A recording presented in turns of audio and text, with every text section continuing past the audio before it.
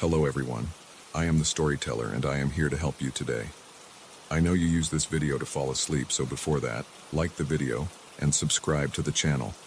Also, where are you from and what time are you watching? Now get comfortable and relax.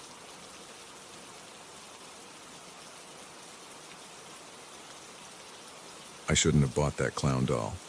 That's what I keep telling myself at 3 a.m. when I hear the music start. But let me back up and tell you exactly what happened, because I need someone to understand this isn't just in my head. It started 3 weeks ago. I needed a birthday gift for my niece Emma's 8th birthday. She collects dolls, and I wanted to get her something unique. Not another mass-produced Barbie from Target. I was walking down Madison Street when I saw this antique shop I'd never noticed before. The window display had this old Victorian dollhouse that caught my eye. The shop bell rang when I pushed open the door. Dust floated in the sunlight. The place smelled like old books and furniture polish. An old man sat behind the counter reading a newspaper. He didn't look up. I walked through narrow aisles of shelves packed with old stuff. Glass cases held jewelry. Chairs were stacked on tables. Then I saw it. Sitting on a shelf between some brass candlesticks and a porcelain vase. A vintage clown doll, about 12 inches tall. It wore a blue and white striped costume with red pom-poms down the front. The face was hand-painted porcelain, with rosy cheeks and a red nose. The smile wasn't creepy like most clown dolls. It looked genuinely happy. The hair was real auburn mohair styled into 2 little tufts on either side of its head. I picked it up. The body was soft cloth stuffed with sawdust. I could feel the graininess. The hands and feet were porcelain too, painted with white gloves and black shoes. No cracks or chips anywhere. The craftsmanship was incredible. "How much for the clown?" I called out. The old man finally looked up. $40. "Any history on it?" He shrugged. "European, probably German, late 1800s, good condition." I examined it closer. No wind-up key or speaker holes. Just a simple, well-made doll. Emma would love it. I handed over 2 20s and the man wrapped it in brown paper. That first night I put the clown on my dresser. I planned to wrap it for Emma's party that weekend. I fell asleep around 11. At 3:17 a.m. I woke up to music, a tinkling melody like a music box playing Pop Goes the Weasel. I thought I was dreaming at first. Then I opened my eyes and heard it clearly, coming from the dresser. I turned on the lamp. The music stopped instantly. The clown sat exactly where I'd left it, that same cheerful smile on its face. I got up and examined it again. No music box mechanism, no batteries, no speakers, nothing. I put it back and went to bed. Must have been dreaming, or maybe it was coming from a neighbor's apartment. The next night, same thing. 3:17 a.m. Pop goes the weasel. This time I jumped up faster and hit the lights. Silence. The clown hadn't moved. I picked it up and really inspected it. Turned it over, felt every inch of the cloth body. Nothing mechanical inside, just sawdust filling.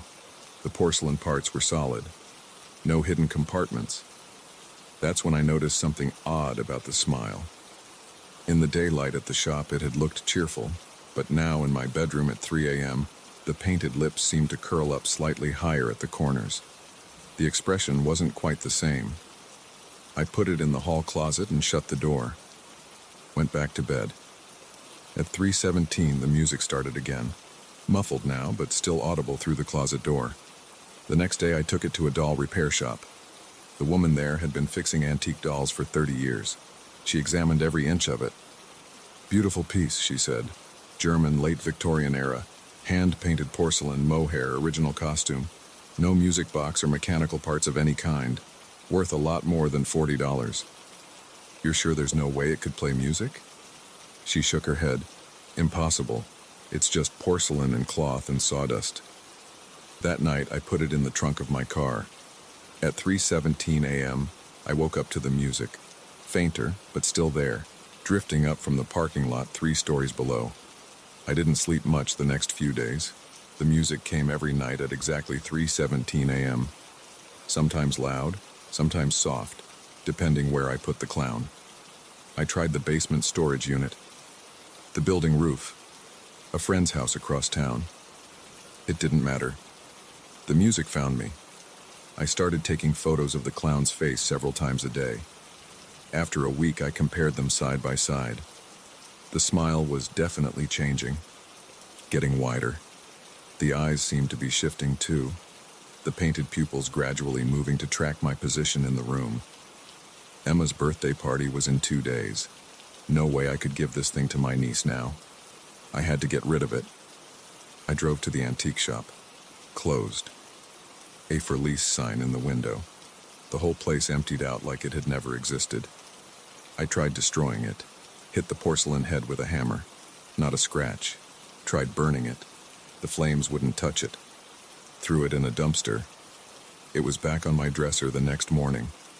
That's when the music started coming at random times. Not just 3:17 anymore. I'd be in the shower and hear it through the wall. Driving to work and it would play through my car speakers. Sitting at my desk and it would come from my computer, my phone, random people's phones around me. The facial changes accelerated too. The smile now stretches literally from ear to ear. The eyes follow me constantly. Sometimes when I look quickly, I catch the head turned at an angle it wasn't at before. Last night, I woke up to the music at midnight. The clown was sitting on my chest, face inches from mine. The porcelain hands were pressed against my cheeks. The stuff inside didn't feel like sawdust anymore. It felt like muscle and bone shifting under the cloth. I threw it across the room. It bounced off the wall and landed upright, still smiling. The music got louder. The painted mouth began to move. I ran out and checked into a hotel. The music started at 2 a.m. coming from somewhere in the walls. I could hear soft footsteps in the hallway, getting closer to my door. A scratching sound like porcelain fingers on wood. I'm in my car now, driving. Just driving, no destination. The music follows. It's playing through the radio no matter what station I tune to. Even when I turn the radio off, it keeps playing. The clown is sitting in my back seat. I don't know how it got there. I can see it in the rearview mirror. The smile now wraps completely around its head. The eyes are solid black. The fingers are longer, jointed in too many places. The music is getting louder. The clown is moving. I can hear the soft scrape of porcelain on fabric as it crawls between the seats. The smell of sawdust fills the car. Cold fingers brush the back of my neck. I'm writing this on my phone while I drive. The music is deafening now, I can barely think. The clown is right behind my seat. I can feel its breath on my ear. Porcelain fingers are wrapping around my throat. I need someone to know what happened. Why they'll find my car wrapped around a tree or at the bottom of a lake. Why they'll find me with a porcelain-toothed smile stretched too wide across my face. Why they'll hear the faint notes of "Pop Goes the Weasel" at my funeral. Don't buy antique dolls. Don't trust kind smiles. And if you hear music box music at 3:17 a.m., don't open your eyes. The clown is up on my shoulder now. Its mouth is opening. The music is screaming in my head. I can't. Message ends. Found on a phone recovered from a fatal single-car accident on Highway 16. The driver's body was never located. The only other item in the vehicle was an antique clown doll, in perfect condition despite the crash. The doll was logged into evidence but disappeared from the police storage facility 3 days later. Multiple officers reported hearing music box music in the evidence room at 3:17 a.m. the night it vanished. The case remains unsolved. Personal note: if you're reading this and you find a vintage clown doll in an antique shop on Madison Street, walk away. No matter how good the price is, no matter how kind its smile looks, just walk away. And if you happen to know my niece Emma, never tell her about any of this. Let her keep collecting her Barbies. Let her stay innocent about what dolls can do in the dark. The music is starting again. I have to go now.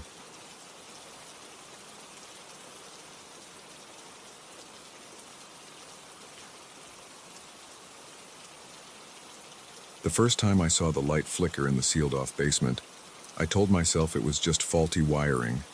Old hospitals have their quirks, even after renovations. But now, 3 weeks later, I'm sitting in my car outside Memorial General at 10:45 p.m., gripping my flashlight so hard my knuckles hurt.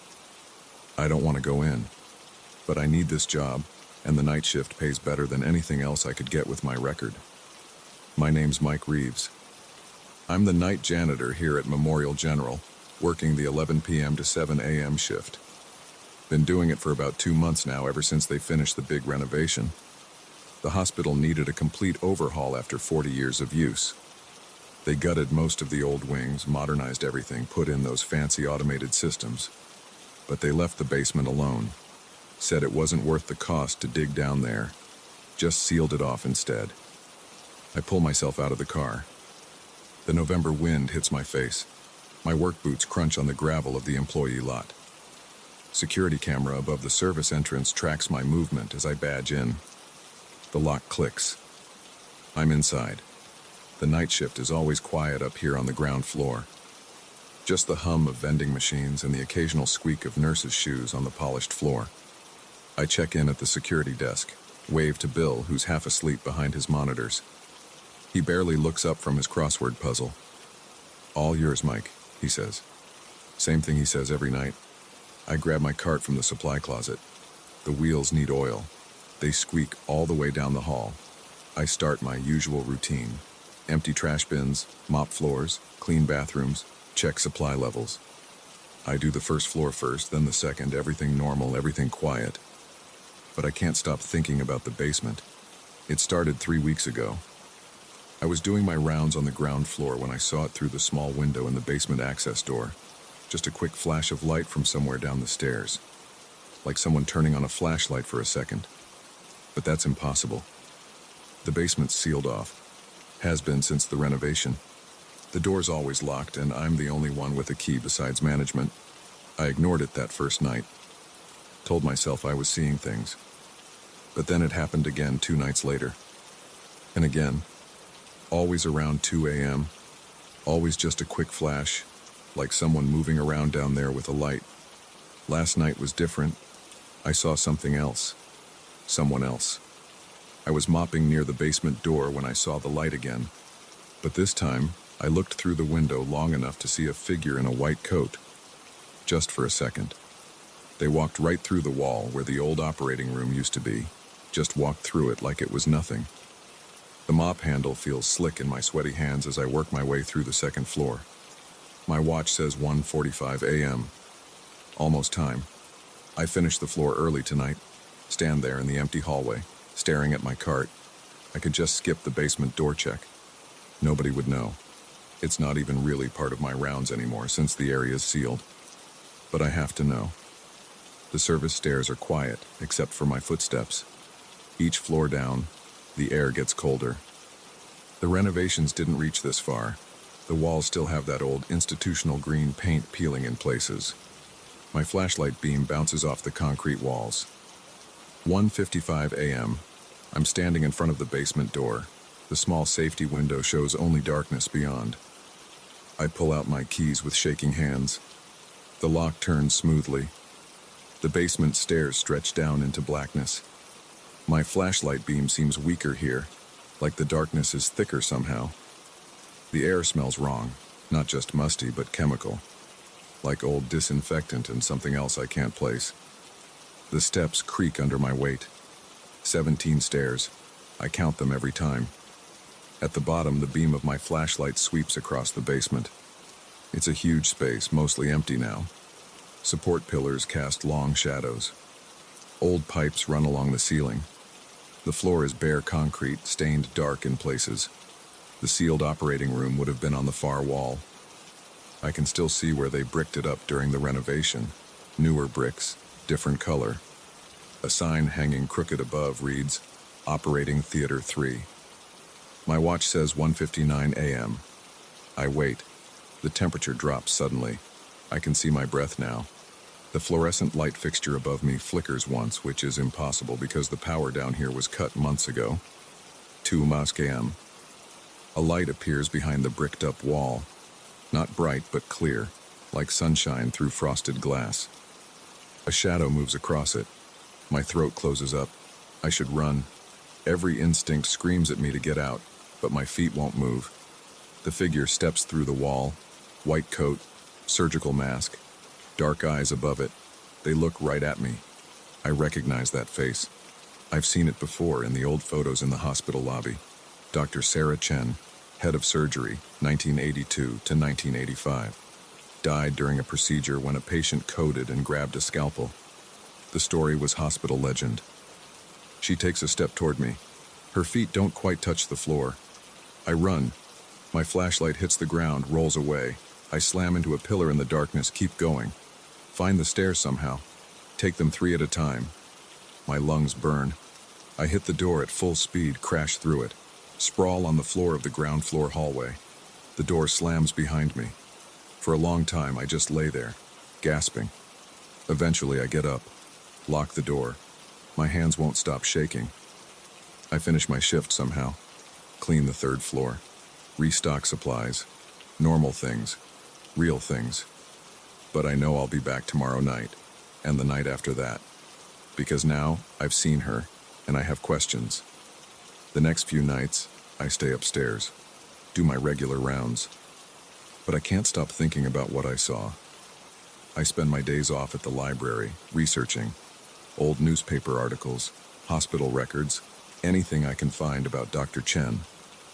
The official story was simple. Patient went into cardiac arrest during routine surgery. In his panic, he grabbed a scalpel from the tray and slashed wildly. Cut Dr. Chen's carotid artery. She bled out before they could save her. But there were rumors, whispers about experimental procedures, missing patients, things that happened in Operating Theater 3 late at night off the books. A week after I saw her, I go back down. Same time, same place. This time I bring a digital recorder, a camera. I need proof. 4 a.m. The temperature drops right on schedule. The light appears behind the wall. She steps through again, looks at me with those dark eyes above the mask.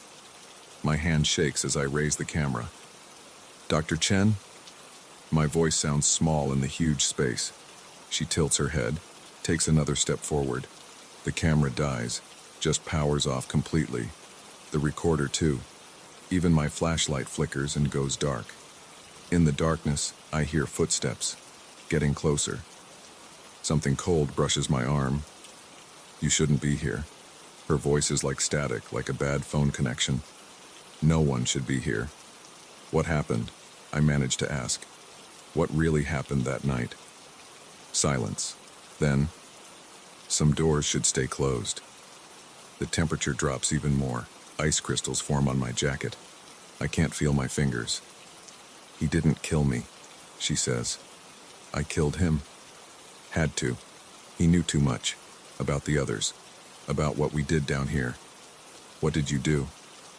Progress requires sacrifice. Her voice comes from right beside me now. The administration knew. They covered it up. Said he killed me. Easier that way. But the truth doesn't stay buried. Something cold presses against my throat, like steel. You should run now, she whispers. Run, and don't come back, or you'll join the others, behind the wall. I run. Faster than last time. Don't stop until I'm in my car, engine running, tires squealing out of the parking lot. I call in sick the next day, and the next. On the 3rd day, I go in to quit. The hospital administrator listens to my story without expression. When I finish, he opens his desk drawer, pulls out a stack of papers. You're not the first night janitor to see things in the basement, he says. Sign these. Non-disclosure agreement, 3 months severance pay. How many others? He doesn't answer, just slides the papers across the desk. I sign, take the money, walk out of Memorial General for the last time. But sometimes, late at night, I think about that basement, about what's behind that bricked-up wall, about progress and sacrifice and doors that should stay closed. And I wonder about the lights that still flicker down there every night at 2 a.m. Wonder who else might see them. Wonder what happens when they don't run away. Because the truth doesn't stay buried, not forever. And some hospitals have more than one kind of patient. I have a new job now, day shift at a warehouse across town. The pay's worse, but the only things in our basement are boxes and rats. But I keep the newspaper clippings, the photos, the research. Somewhere in there is the truth about what really happened in Operating Theater 3, about Dr. Chen and her experiments, about the others behind the wall. Maybe someday I'll be ready to look for it, to go back down those 17 steps and face what waits in the darkness. But not yet. For now I stay in the light, where the doors stay open and the only footsteps I hear are my own. Sometimes, though, when I drive past Memorial General at night, I look at the basement windows. And sometimes, just sometimes, I see a light flicker, see a shadow move past, and I drive faster. Because some stories don't end just because you stop telling them. Some doors don't stay closed, no matter how many bricks you use. And somewhere in the basement of Memorial General, at 2 a.m. every night, Dr. Chen is still making her rounds, still seeking progress, still requiring sacrifice, still waiting for someone else to count those 17 steps down into the darkness. I just pray it won't be me.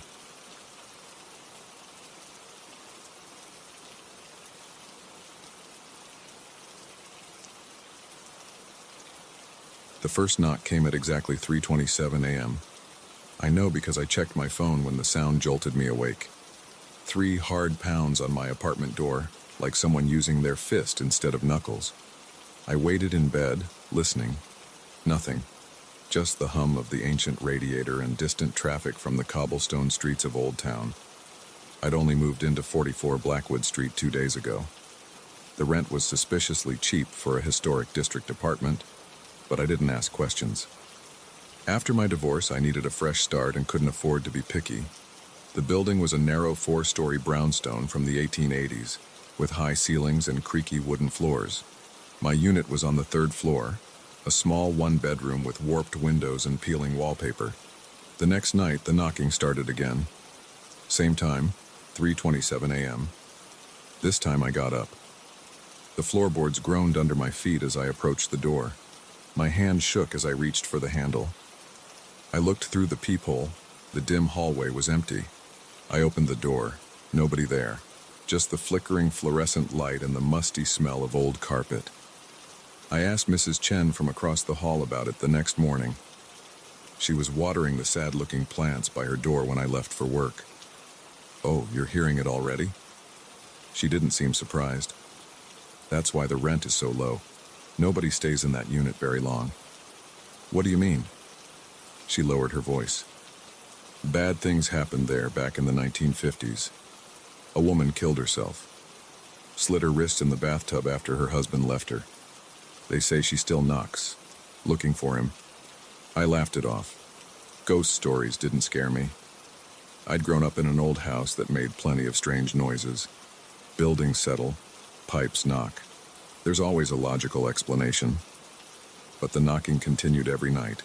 Always 3 pounds. Always at 3:27 a.m. Always when I checked the hallway, there was no one there. After a week, dark circles formed under my eyes from lack of sleep. I started dreading sunset, knowing what was coming. I met other tenants. They all had stories. Mr. Rodriguez on the 2nd floor said he saw a woman in a white dress walking through his living room wall. The college kids in the basement unit heard crying in their bathroom at night. Old Mr. Peterson on the 4th floor refused to talk about what he'd seen, just shook his head and hurried inside when I asked. I installed a security camera facing my door. The footage showed nothing when the knocking happened, just an empty hallway. I checked the building's history at the local library. In 1952, Margaret Collins, age 32, was found dead in apartment 3B, my unit. Her husband had run off with his secretary. She left a note. "I'll wait for you to come home, James. I'll wait forever." The knocking got louder. Sometimes it was accompanied by scratching sounds like fingernails dragging across the wood. I tried sleeping with earplugs. They didn't help. I could feel the vibrations in my chest when the pounding started. One night, about 3 weeks after moving in, something changed. The knocking came as usual at 3:27 a.m., but this time, when I looked through the peephole, I saw her. A woman in a faded blue dress, her dark hair hanging in her face. Her skin was gray, almost translucent. She raised her head and looked directly at the peephole. Her eyes were black holes. I stumbled backward, my heart hammering. The door handle started turning on its own. I watched, paralyzed, as it slowly rotated. The door remained locked, but I could hear her voice now, muffled through the wood. "James? Why did you leave me, James? Please come home. My name isn't James." I tried to say this, but my throat was too dry. The temperature in the apartment dropped. I could see my breath. The lights flickered. "I've been so lonely, James. So cold. Let me in." The door shuddered in its frame. The knocking became a furious pounding that echoed through my skull. Pictures fell off the walls. A glass of water on my nightstand shattered. I ran to the bathroom and locked myself inside. The pounding followed me. It was coming from all directions now. The walls, the ceiling, the floor. The mirror cracked. Water began pouring from the faucet and tub spout on its own, steaming hot. In seconds, the room filled with fog. Through the steam, I saw writing appear on the mirror. "I'll never let you leave again." The shower curtain whipped back. There she was, standing in my tub. Her wrists were slashed open, dark liquid dripping onto the white porcelain. She reached for me with gray fingers. I broke through the bathroom door and ran. Down 3 flights of stairs, taking them 2 at a time. Out into the street in just my t-shirt and boxers. The cold night air hit my lungs like needles. I didn't stop running until I reached the 24-hour diner 6 blocks away. I never went back to the apartment, left all my stuff there. The landlord kept my security deposit, but I didn't care. I moved to a modern building across town with key card entry and security cameras. No history, no ghosts. But sometimes, when I wake up at night, I check my phone. If it's 3:27 a.m., I hold my breath and listen. So far, there's been no knocking, but I know she's still there in that old brownstone, waiting. Not for me, for James. She'll wait forever, just like she promised. A week after I moved out, I ran into Mrs. Chen at the grocery store. She told me someone new had already rented my old unit. A middle-aged man, recently divorced. His name was James. I thought about warning him, but what would I say? That his dead namesake's wife was waiting for him? That she'd mistake him for her long-lost husband? That she'd never let him leave? I said nothing, just nodded and walked away. That night at 3:27 a.m., I lay awake in my new apartment, wondering if she'd found what she was looking for, if she'd finally stopped knocking. I never found out what happened to the new James. I drove by the building once, months later. His name wasn't on the mailbox anymore. The unit was empty again. The rent sign was back in the window, still suspiciously cheap. Sometimes I think about Margaret Collins, trapped in that loop of abandonment and desperate longing, knocking on doors for 70 years, searching for a man who never came home. I wonder if she knows he's long dead, if she cares, or if in her endless vigil time has lost all meaning. I don't believe in ghosts, not really. But I believe in grief, in loss, in the way pain can echo through decades like knocking in an empty hallway. I believe in the things we leave behind, the promises we break, the holes we tear in other people's lives. And I believe that at 3:27 a.m., in an old brownstone on Blackwood Street, a woman still waits for her husband to return, still knocks on doors that never open, still searches for a love that abandoned her. Just don't make the mistake I did. Don't open that door. Don't answer that knock. Some stories don't have happy endings. Some residents never leave, and some apartments stay vacant for a reason. The rent is cheap on Blackwood Street. But the cost? That's another matter entirely.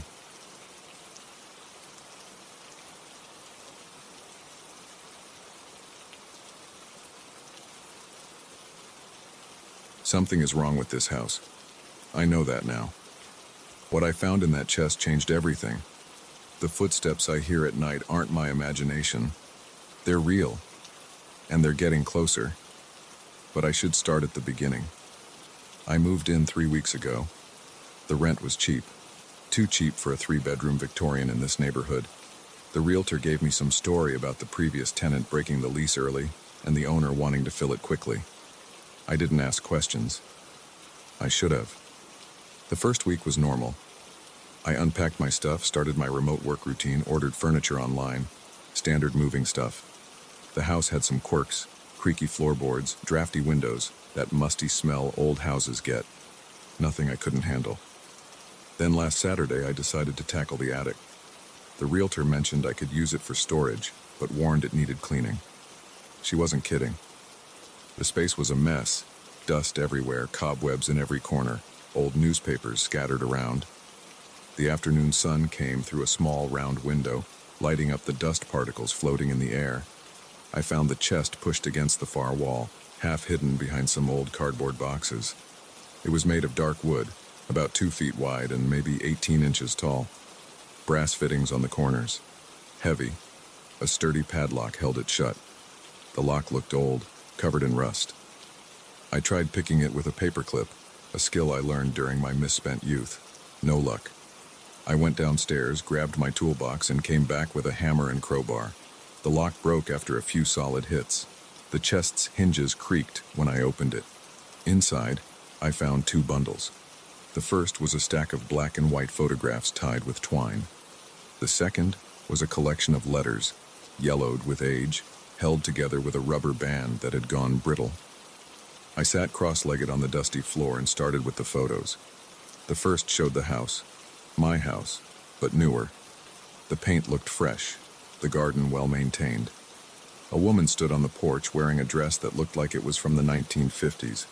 She wasn't smiling. The next photo showed the same woman inside, standing at the bottom of the main staircase, still not smiling. Something about her eyes bothered me. They were too dark, too intense. More photos of the woman. In the kitchen, in the living room, always alone, never smiling. In each picture, she seemed to be staring directly at the camera with those unsettling eyes. The last photo made my stomach turn. The woman again, but this time in the attic. The same attic I was sitting in. She was standing in the exact spot where I'd found the chest. Her expression was different in this one. She was smiling. It wasn't a pleasant smile. I set the photos aside and picked up the letters. The rubber band crumbled when I touched it. The first letter was dated June 15, 1956. The handwriting was neat but rushed, like someone writing in a hurry. Dear Elizabeth, I know you're still in the house. I can hear you at night. The police don't believe me, but I know the truth. You didn't leave. You'll never leave. But this is my home now, and I won't let you drive me away like you did the others. Margaret. My hands were sweating as I read the next letter. Dear Elizabeth, the footsteps are getting closer each night. I hear the doors opening and closing. I've started sleeping with the lights on, but it doesn't matter, does it? You don't need doors. You never did. Margaret. The third letter was dated 2 weeks later. Dear Elizabeth, I saw you last night, standing at the foot of my bed. I won't write any more letters after this. I know now what you want. God help me. Margaret. That was the last letter. My hands were shaking as I put them back in the chest. The sun had set while I was reading, leaving the attic in shadows. The air felt colder. I closed the chest and went downstairs, made myself a strong drink, tried to rationalize what I'd read. Old houses always have stories. People make up ghost tales. Previous tenants play pranks. I told myself all the logical explanations. Then night came. I was in bed scrolling through my phone when I heard it. A floorboard creaked in the hallway outside my bedroom. I froze, holding my breath. Another creak, closer this time. I told myself it was just the house settling. Old houses make noise. But then I heard the distinctive sound of a door opening downstairs. The hinges on the guest bathroom door have a specific squeak. I'd been meaning to oil them. More footsteps, slow, deliberate, coming up the stairs. Each step distinct, purposeful. I lay there, perfectly still, phone forgotten in my hand. The footsteps reached the top of the stairs, started down the hallway, the floorboards protesting under each step. They stopped outside my door. The handle turned, slowly. I could hear the mechanism clicking. I threw myself out of bed, grabbed my keys and phone, and ran. Didn't even put on shoes. The footsteps followed me down the stairs. I fumbled with the front door lock, got it open, and sprinted to my car. I spent the night in a motel. The next morning, feeling foolish in the bright sunlight, I went back. Everything looked normal. No signs of disturbance. All the doors were shut. I checked every room, telling myself I had imagined it all. Then I saw the chest. It was in the middle of my bedroom floor, open. The photos were arranged in a perfect circle around it.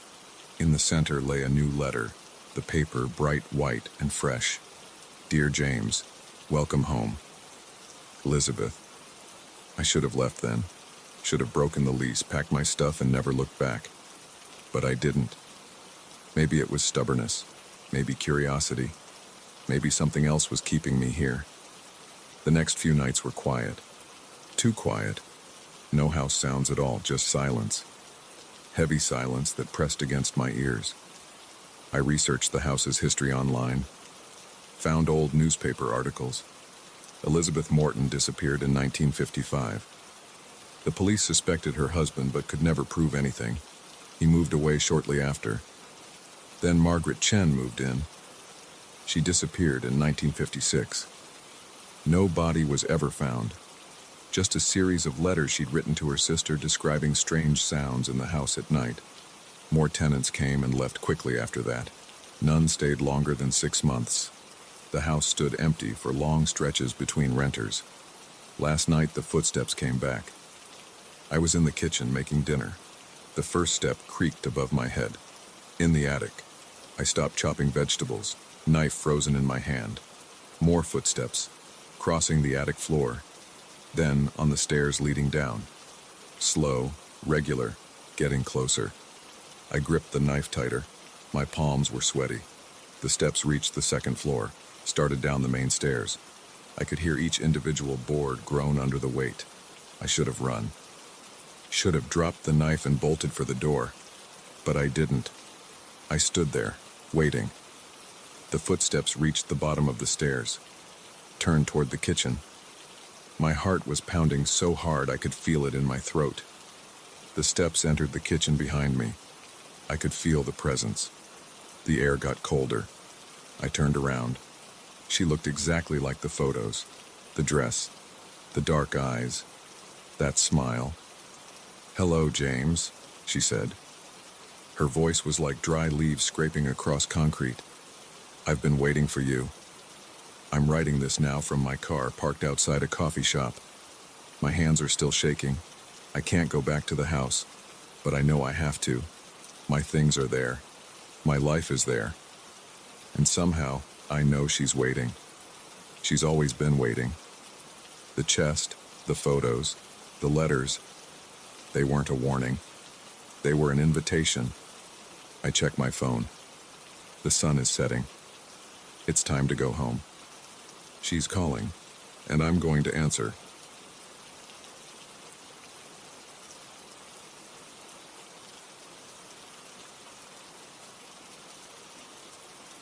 I should have left when I found the first footprints. That's what any sane person would have done, but I had a deadline, and the advance from the publisher was already spent. So I stayed.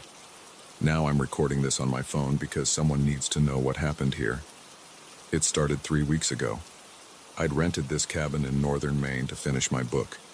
No Wi-Fi, no distractions, just me, my laptop, and enough supplies for 2 months. The cabin sits alone on 50 acres of dense forest. The nearest neighbor is 5 miles away, and the dirt road to get here turns into mud when it rains. The first week was perfect. I wrote more in 7 days than I had in the previous month. The silence helped. No traffic noise, no people, no notifications. Just the wind in the pines and occasional bird calls. Then I saw the footprints. I'd developed a routine of walking the perimeter each morning, coffee in hand, clearing my head before writing. The ground was soft from recent rain that Tuesday morning. The prints circled the entire cabin. They weren't animal tracks. They were clearly human shoes, about a size 11, the treads sharp and clear in the mud. They hadn't been there the night before. I'd have noticed them during my evening smoke on the porch. I checked all the windows and doors. Everything was locked, untouched. Nothing was missing inside. I told myself it was probably a hunter who got lost and was looking for help. But why not knock? And why circle the cabin multiple times? The prints were gone the next morning, washed away by overnight rain. I almost convinced myself I'd imagined them. Almost. But they came back 2 days later. Same pattern, circling the cabin. This time they stopped at each window, like someone had stood there looking in. I called the property manager, Bill, on the satellite phone. Reception was awful, but I got enough signal to ask if anyone else had access to the property. "Just me and you got the keys," he said. "Something wrong?" I told him about the footprints. There was a long pause. "Probably just hikers," he said finally. "Property backs up to state forest. They get lost sometimes. At night, the prints weren't there when I went to bed." Another pause. "Want me to send the sheriff out?" I almost said yes, but what would I tell them?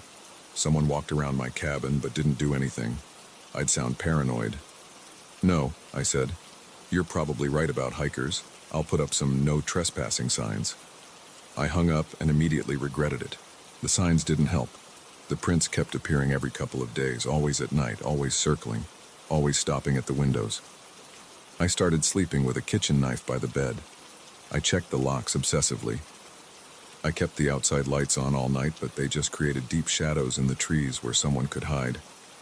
Then the whispering started. The first time, I thought it was just the wind.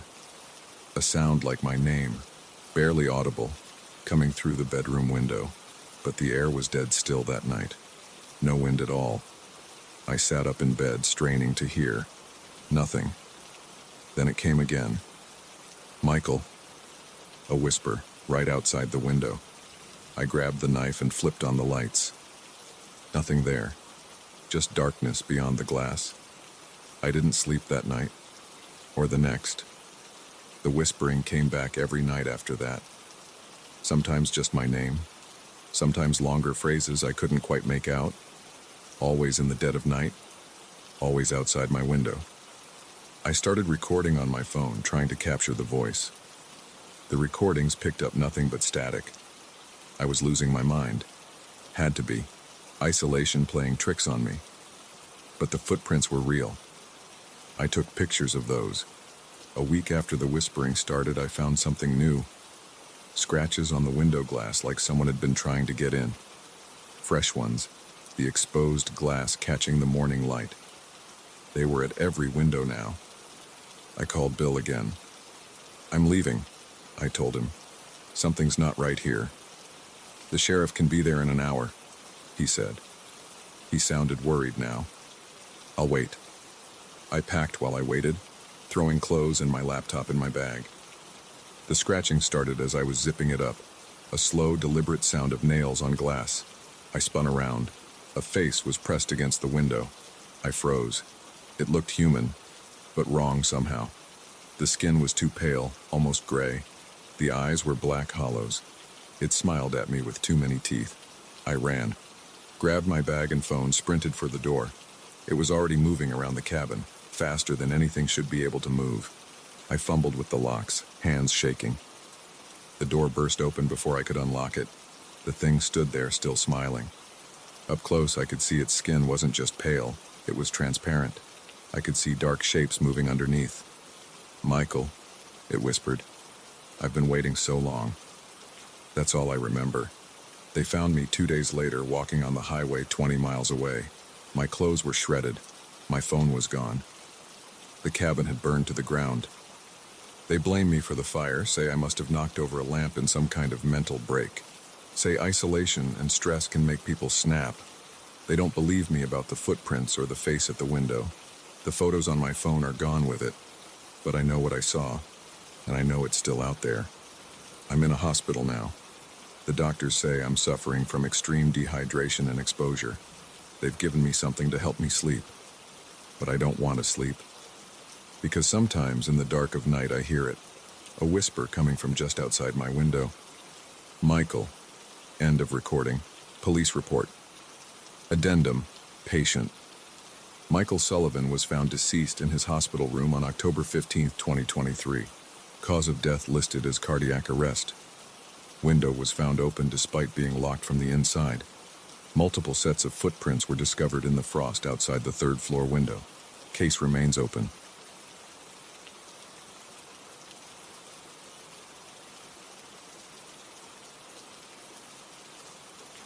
I shouldn't have bought that mirror. That's what I keep telling myself as I sit here in the dark, too afraid to look at my own reflection. My hands shake as I type this on my phone. I need to document what's happening before it's too late. Maybe someone will find this and understand. Maybe they'll believe me. 3 weeks ago, I was just a normal guy looking to furnish my new apartment in downtown Chicago. I had finally saved enough for a decent one-bedroom after 5 years of grinding at my accounting job. The walls were bare, and I needed something to make the place feel less empty. I found the mirror at a cluttered antique shop in Wicker Park. The shop smelled like dust and old wood. Piles of furniture and random junk filled every corner. The mirror stood in the back, partially hidden behind a stack of chairs. It was tall, about 6 feet, with an ornate bronze frame. The bronze had turned dark green in spots.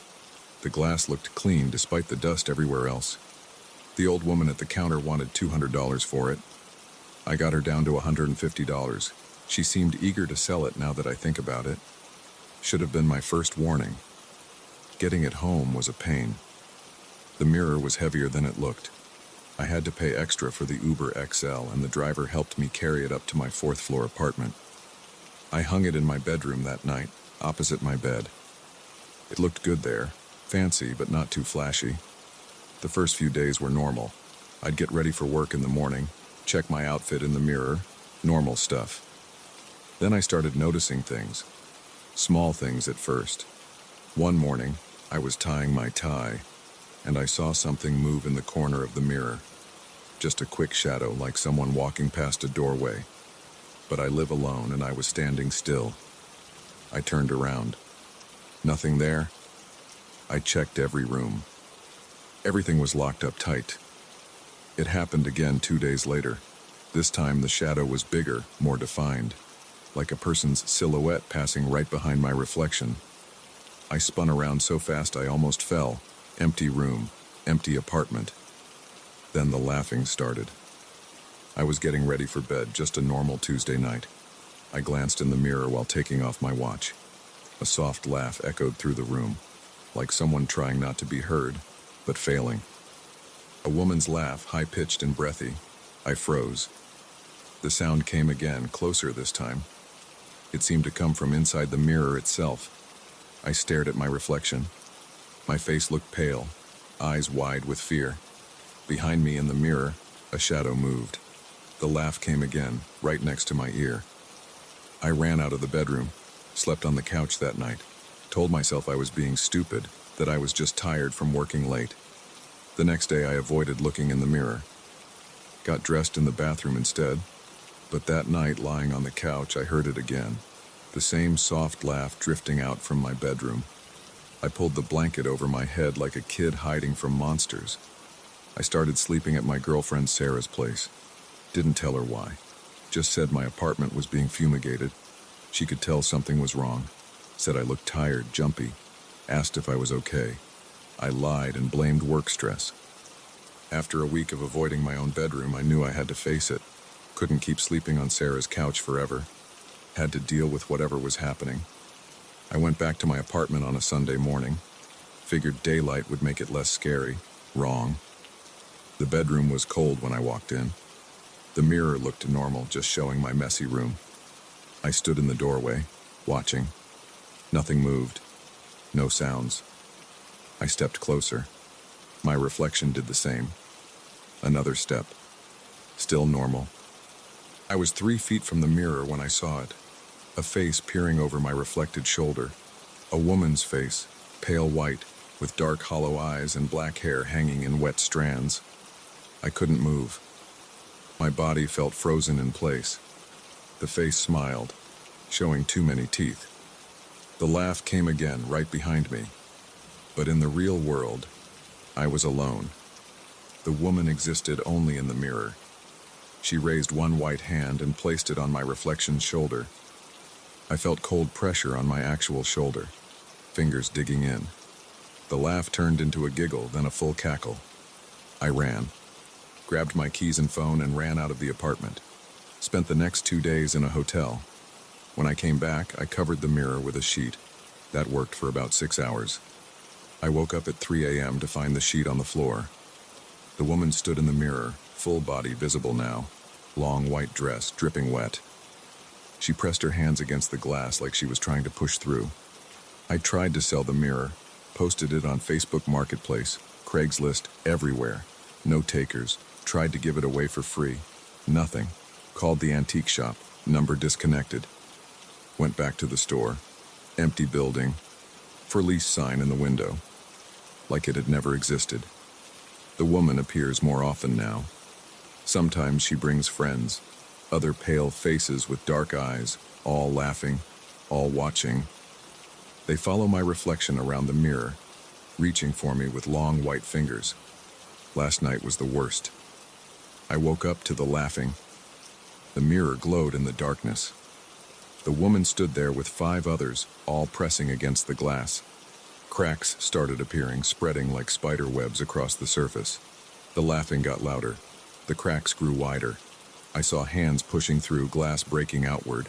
I'm in a motel now. Called in sick to work. The mirror is still in my bedroom. I can't go back there. Can't sleep. Every reflective surface makes me jump. Windows at night. The blank screen of my phone. The chrome faucet in this motel bathroom. I think I hear laughing in the hallway. My phone screen just went black. There's a face in the reflection. She's smiling at me. I have to G. The rest of the document appears to be corrupted or incomplete. Several attempts to recover the missing text have failed. The author's current whereabouts are unknown.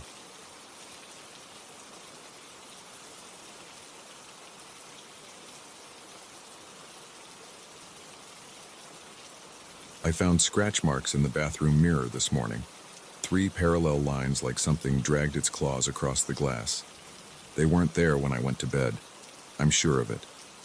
I checked every room when I first arrived at this cabin yesterday, a habit from living alone in the city. The mirror was clean then. Now it's not.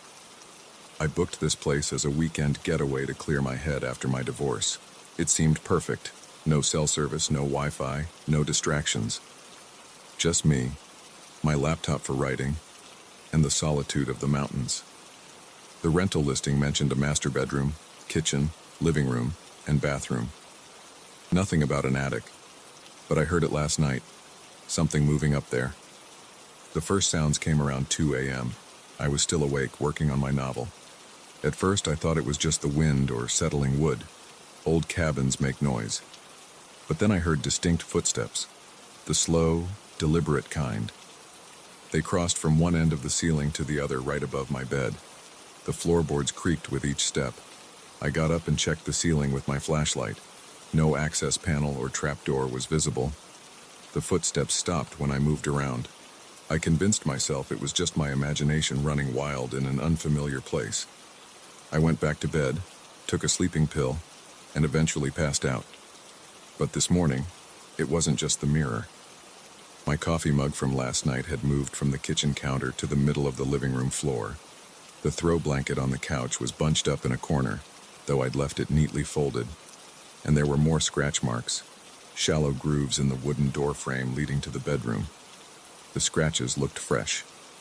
The exposed wood was lighter than the surrounding surface, no dust or aging visible in the grooves.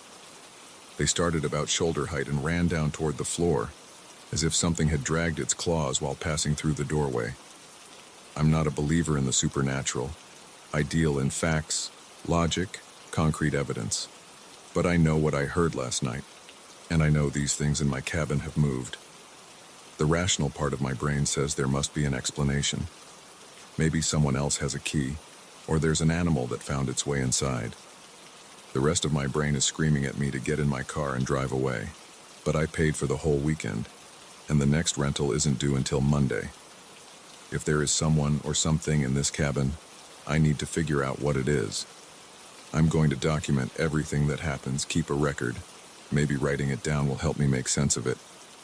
It's 9:47 a.m. now. I've made a fresh pot of coffee and pulled out my laptop. The scratching sounds have started again above me. Slow, methodical. Like something is trying to dig through the ceiling. The noise stops and starts randomly. Sometimes it's just a few scratches, then silence for 20 minutes. Other times it goes on for several minutes straight. It's moving around up there. I've tried knocking on the walls, shouting, even blasting music from my phone, but nothing seems to affect it.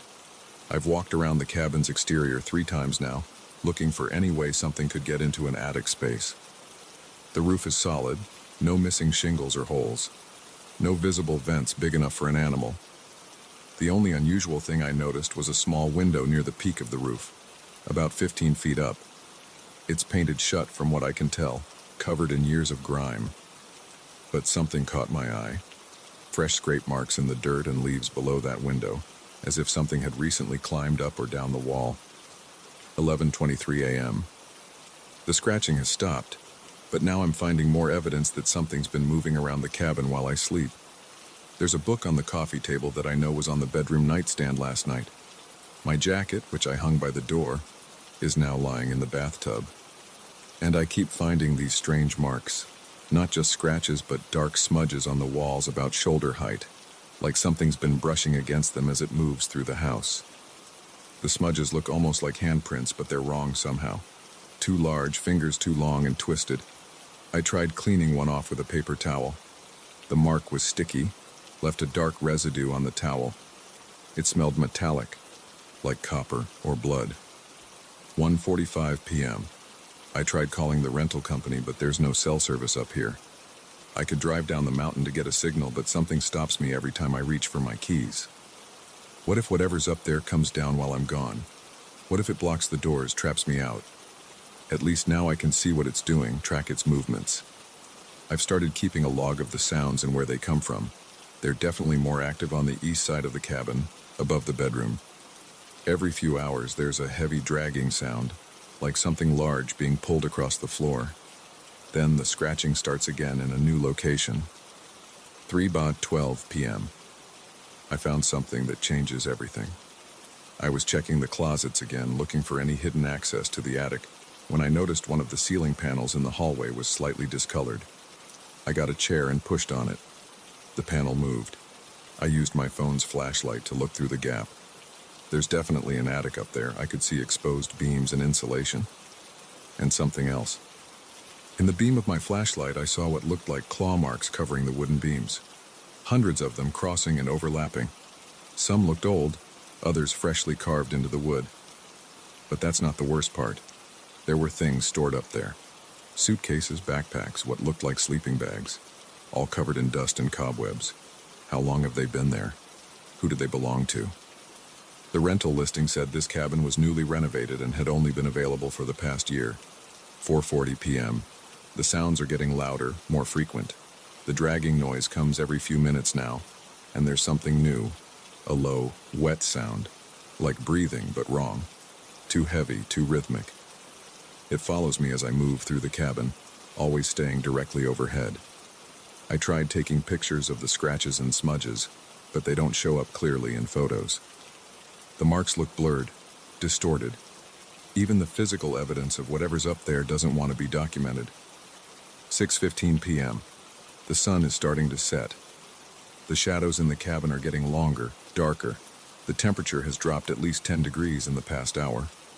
I've turned on every light in the place, but the corners still seem too dark, too deep. I found more items that aren't mine. A woman's watch on the kitchen counter. A child's stuffed animal behind the couch. A man's wallet, empty except for an expired driver's license from 3 years ago. I looked up the name when I still had internet yesterday. The man was reported missing in these mountains. His car was found at a trailhead 5 miles from here. 7:30 p.m. Something changed in the past hour. The sound stopped completely. No scratching, no dragging, no breathing, just total silence. It's worse somehow. The quiet feels heavy, expectant, like the moment before a storm breaks. I've pushed furniture against the bedroom door, lined up kitchen knives on the nightstand. I have my car keys in my pocket, though I'm not sure I could make it to the vehicle if I needed to. The darkness outside is absolute. No moon, no stars visible through the clouds. 8:45 p.m. I heard it. A new sound. Wood splintering. Then a loud crack from the hallway. I opened the bedroom door just enough to peek out. The ceiling panel I'd found earlier was hanging open. Something dark was moving in the gap. I slammed the door shut and wedged a chair under the handle. For a moment there was silence. Then I heard it. The sound of something heavy dropping onto the hallway floor. Footsteps, but not like before. Heavier. Closer. The doorknob started to turn. The chair creaked against the door. I backed away, grabbing the largest knife from the nightstand. The scratching started again, but not on the ceiling this time. Right on the door. Long, slow scrapes of claws on wood. A voice came from the other side. It sounded almost human, but distorted, like someone trying to remember how to speak. It said my name. Then it said other names. Names I found later on missing persons reports from this area. Dozens of them, whispered one after another. 9:20 p.m. The door is starting to splinter. The chair won't hold much longer. I can see something pushing through the gaps. Long, dark fingers, too many joints, skin like wet leather. The smell is overwhelming now. Copper and rot and something else. Something older. I'm typing this on my phone. Maybe someone will find it, understand what happened here. Why so many people have vanished in these mountains. What lives in the spaces above these rental cabins, these renovated properties with their hidden attics and sealed windows. The door is breaking. I can hear wood cracking, see the hinges pulling from the frame. The thing on the other side is still whispering names. It's added a new one to its list. Mine. 9:47 p.m. If you're reading this, don't rent cabin 254 on Mountain View Road. Don't rent any cabin up here. They're not empty. They were never empty. The scratches are getting closer. The door won't last another minute. I can see it clearly now, coming through the splintered wood. God help me. I can see.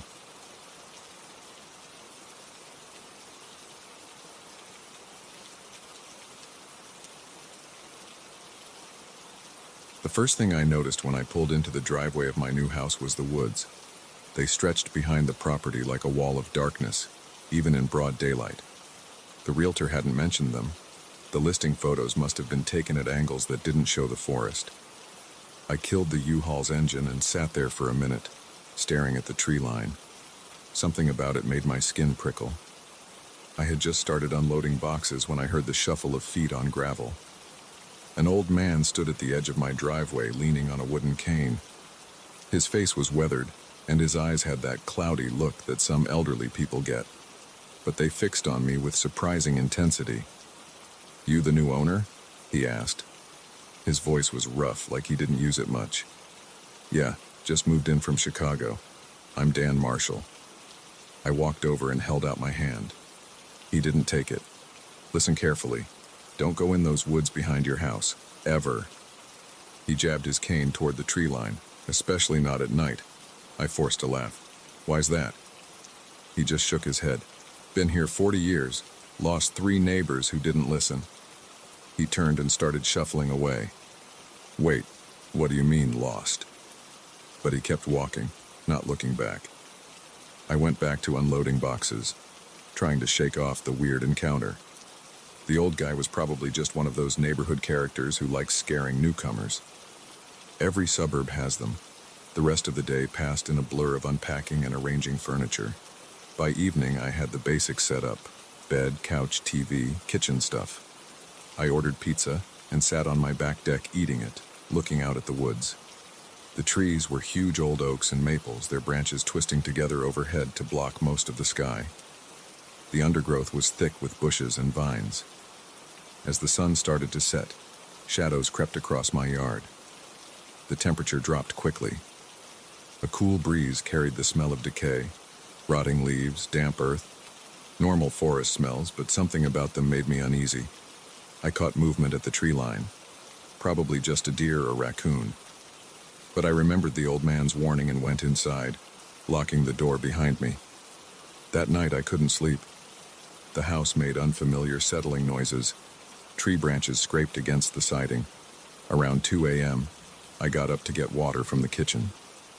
As I passed the sliding glass door to the deck, I froze. There were footprints in the dewy grass.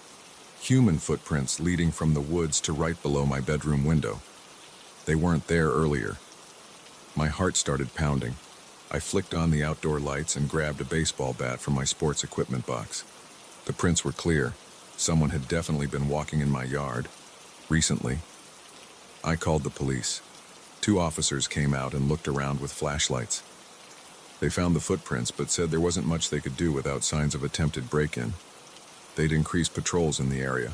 One officer suggested setting up security cameras. I didn't sleep the rest of the night. I sat in my living room with all the lights on, jumping at every sound. When dawn finally came, I went out to check the footprints again. They were gone. The grass showed no sign anyone had walked there. I spent that morning installing security cameras and motion sensor lights. The next few days passed normally. I started my remote work job, got into a routine, but I kept thinking about those footprints and the old man's warning. One afternoon, I was taking out trash when I noticed something odd at the edge of the woods. A scrap of fabric caught on a branch, fluttering in the breeze. Dark red like dried blood. I walked closer.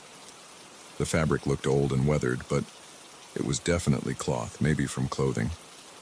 As I reached for it, I noticed more scraps deeper in the trees, and what looked like drag marks in the dead leaves covering the ground. I followed the trail about 20 feet into the woods.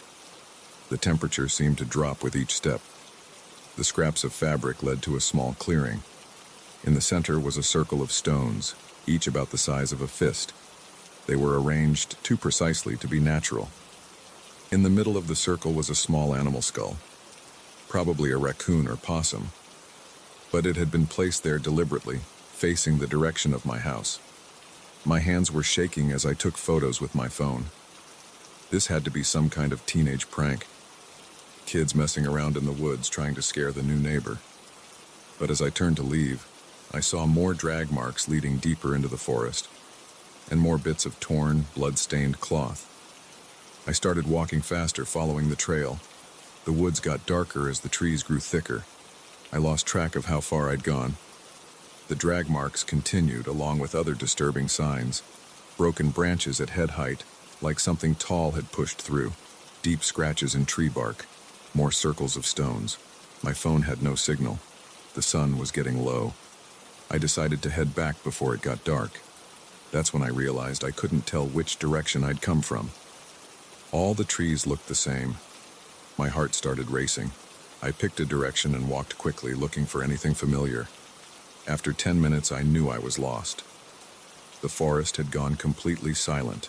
No birds, no insects, just the sound of my breathing and footsteps on dead leaves. Then I heard it. A soft voice somewhere behind me, speaking words I couldn't quite make out. I started running. Branches whipped my face. I tripped over roots and scrambled back up. The voice followed, getting closer. Now there were more voices all around me, speaking in whispers. I burst through some bushes and saw my backyard ahead. I sprinted for the house, not looking back. Inside, I slammed and locked the door, then closed all the blinds. That night, the whispers came again. They started at the edge of the woods, then moved closer to the house. I huddled in my bedroom, every light blazing, as soft voices drifted up from right below my window. They spoke in a language I didn't recognize. The words seemed to slither through the walls. My security cameras showed nothing but static. Just before dawn, the voices stopped. I checked outside. More footprints in the grass, but these were different. They were too long, the toes oddly spaced, and they led in both directions to and from the woods. I drove to the old man's house as soon as it was light. He opened the door before I could knock. "You went in the woods," he said. Not a question. "What's out there? What's making those footprints?" He sighed heavily. "Sit down. You need to know what you're dealing with now." Inside, His house was crammed with books about local history and folklore. News clippings covered one wall, missing persons reports going back decades. All people who had lived near these woods. This area wasn't always suburbs, he said, lowering himself into an armchair. Long ago, it was sacred ground to the native peoples. Not for worship, for containment. They built elaborate rituals to keep something trapped in the forest, something that was here before humans. What something? They didn't have a name for it. Their stories just called it the hungry dark. A consciousness that lives in the spaces between trees. It feeds on human minds, first drawing them in with whispers and visions, then... He gestured at the missing persons reports. That's insane, I said. There has to be a rational explanation. 3 years ago, the Robertson family lived in your house. Their teenage son started hearing voices from the woods. He'd sleepwalk toward the trees at night. His parents installed locks, cameras, alarms. Nothing helped. One morning, they found his bed empty. Just bloodstains on the sheets and drag marks leading into the forest. He pulled out a photo album. The pictures showed police searches, volunteers combing the woods. Dogs refusing to enter certain areas. Strange markings on trees. They never found him, or any of the others. The police blame runaways, animal attacks, accidents. They don't want to see the truth. Which is what? The woods are hungry. And once they notice you, they don't stop until they feed. He leaned forward. You have 2 choices now. Move away immediately, or learn the rituals that might protect you. I thought about the whispers under my window, the footprints that vanished, the circles of stones. Teach me, I said. He nodded and pulled out a thick leather journal. First, you'll need salt, lots of it, and iron, cold iron, not steel. The nails must be hand-forged. That was 3 months ago. I'm still in the house. Every night I refresh the salt lines and check the iron nails driven into the door frames. I've learned the protective chants in languages that hurt my throat to speak. The whispers still come, but they stay at the edge of the woods now. Sometimes I see shapes moving between the trees at twilight. Tall, fluid shapes that don't quite match any human or animal form. I know I should move. But something holds me here. Maybe it's stubbornness, maybe it's curiosity. Or maybe the woods have already gotten into my mind, pulling me slowly toward them day by day. The old man checks on me regularly. He says I'm doing well with the rituals. But sometimes I catch him looking at me with concern, like he's searching my face for signs of something. Last week, I woke up on my back deck in the middle of the night. I have no memory of going outside. There was dirt under my fingernails and leaves in my hair. The whispers are getting louder. Some nights I can almost understand the words. I should leave. I need to leave. But the woods are so beautiful at twilight. And the voices are starting to sound like home. I think I'll go for a walk tonight, just to the edge of the trees, just to listen for a while. After all, the woods are waiting and they're so very, very hungry.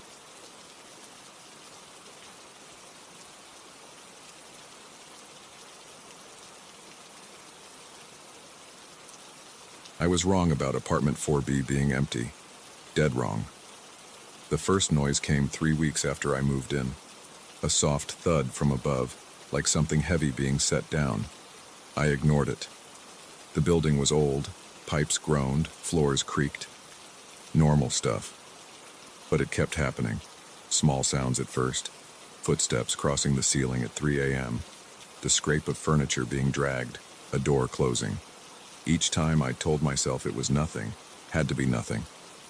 The landlord confirmed 4B was vacant when I signed my lease for 3B last month. Nobody lived there. I called maintenance anyway. Just checking. Is anyone living in 4B now? No, sir, the guy said. Been empty 6 months. Owner's trying to sell it. I hung up and stared at the ceiling. The footsteps had gotten louder lately. More frequent. Always at night. Always when I was trying to sleep. Sometimes they'd pace back and forth for hours, the same path across my bedroom ceiling. Last night, things changed. I jolted awake at 2 a.m. to the sound of running water. Not the usual pipe sounds, this was a bathtub being filled, clear as day, coming from directly above my bathroom. I lay there listening, my heart pounding. The water ran for exactly 17 minutes. I counted every second, then silence, until the splashing started. I got out of bed, grabbed my phone for a flashlight, and headed for the hall. The building was dead quiet except for Mrs. Chen's TV next door. She always fell asleep with it on. I walked to the stairwell, my bare feet cold on the tiles. Fourth floor was darker than usual. The hallway light was out, leaving just the red exit sign at the far end. I swept my phone light across the walls, looking for 4B. The beam caught something on the floor outside the door. A man's shoe. Brown leather Oxford, badly scuffed. Just one, placed perfectly centered in front of 4B like it was waiting for me. I picked it up. The leather was wet, dripping onto the carpet. It smelled like river water. Thomas. The whisper came from behind the door. Soft, barely audible, but it was my name. I dropped the shoe. It landed with a wet thud. Thomas. Louder this time. A woman's voice, but wrong somehow, like she was talking through water. I backed away. My phone light flickered, dimmed. The whisper came again, right next to my ear. I've been waiting for you. I ran. Down 3 flights of stairs, nearly falling, back to my apartment. Slammed the door, locked it, grabbed my baseball bat from the closet. Stood there in the dark, breathing hard, listening. Footsteps above. Slow, deliberate, crossing to my bedroom. Water dripping through my ceiling, forming a puddle on my floor. The drops were red. That was an hour ago. I'm writing this from my car in the parking lot. The lights are still on in my bedroom window. A figure keeps passing by. Tall, female, dripping water. Every few minutes she presses her face against the glass and mouths my name. I'm not going back up there, but I know she'll find me eventually. They always do, the ones who drown in that bathtub. And they're always looking for company. The thing is, I remember that shoe. I was wearing its pair the night Sarah died. The night I held her under the water until the bubbles stopped. The night I carried her body down 4 flights of stairs and into the river. I thought I'd gotten away with it, but the dead have a way of rising. Sarah's at my car window now. Her skin is gray and bloated, her hair floating like seaweed around her face. Water streams from her mouth as she smiles. Found you, she gurgles. The door locks just clicked open on their own. I hear splashing in the back seat. This will be my last update. If you're reading this, stay away from apartment 4B. Some things should stay buried. Some silences should never be broken. But most importantly, always check the bathtub before you go to sleep. You never know who might be waiting there under the water, whispering your name. I have to go now. Sarah's calling. And I can't hold my breath forever. The end. I kept you waiting long enough. You found me up here in 4B. No more running. No more hiding. It's time to face what I did. The bathroom door creaks open. I see your reflection in the mirror, still wearing that blue dress from that night, dark hair plastered to your face. Water pools at your feet. Ready for your bath, Thomas? Your hands are cold on my shoulders, strong. I don't resist as you guide me toward the tub. The water is black as river mud. I missed you, you whisper, pushing me down. We have so much catching up to do. The water closes over my head. Your fingers tangle in my hair, holding me under. Bubbles stream from my mouth as I scream, but that's okay. We have all the time in the world now. Somewhere far below, in apartment 3B, a new tenant is lying awake, listening to the splashing sounds from above, wondering why the empty unit isn't so empty after all. They'll find out soon enough. We all do in the end. The water is in my lungs now. Everything's getting dark. See you soon, Sarah. I've kept you waiting long enough.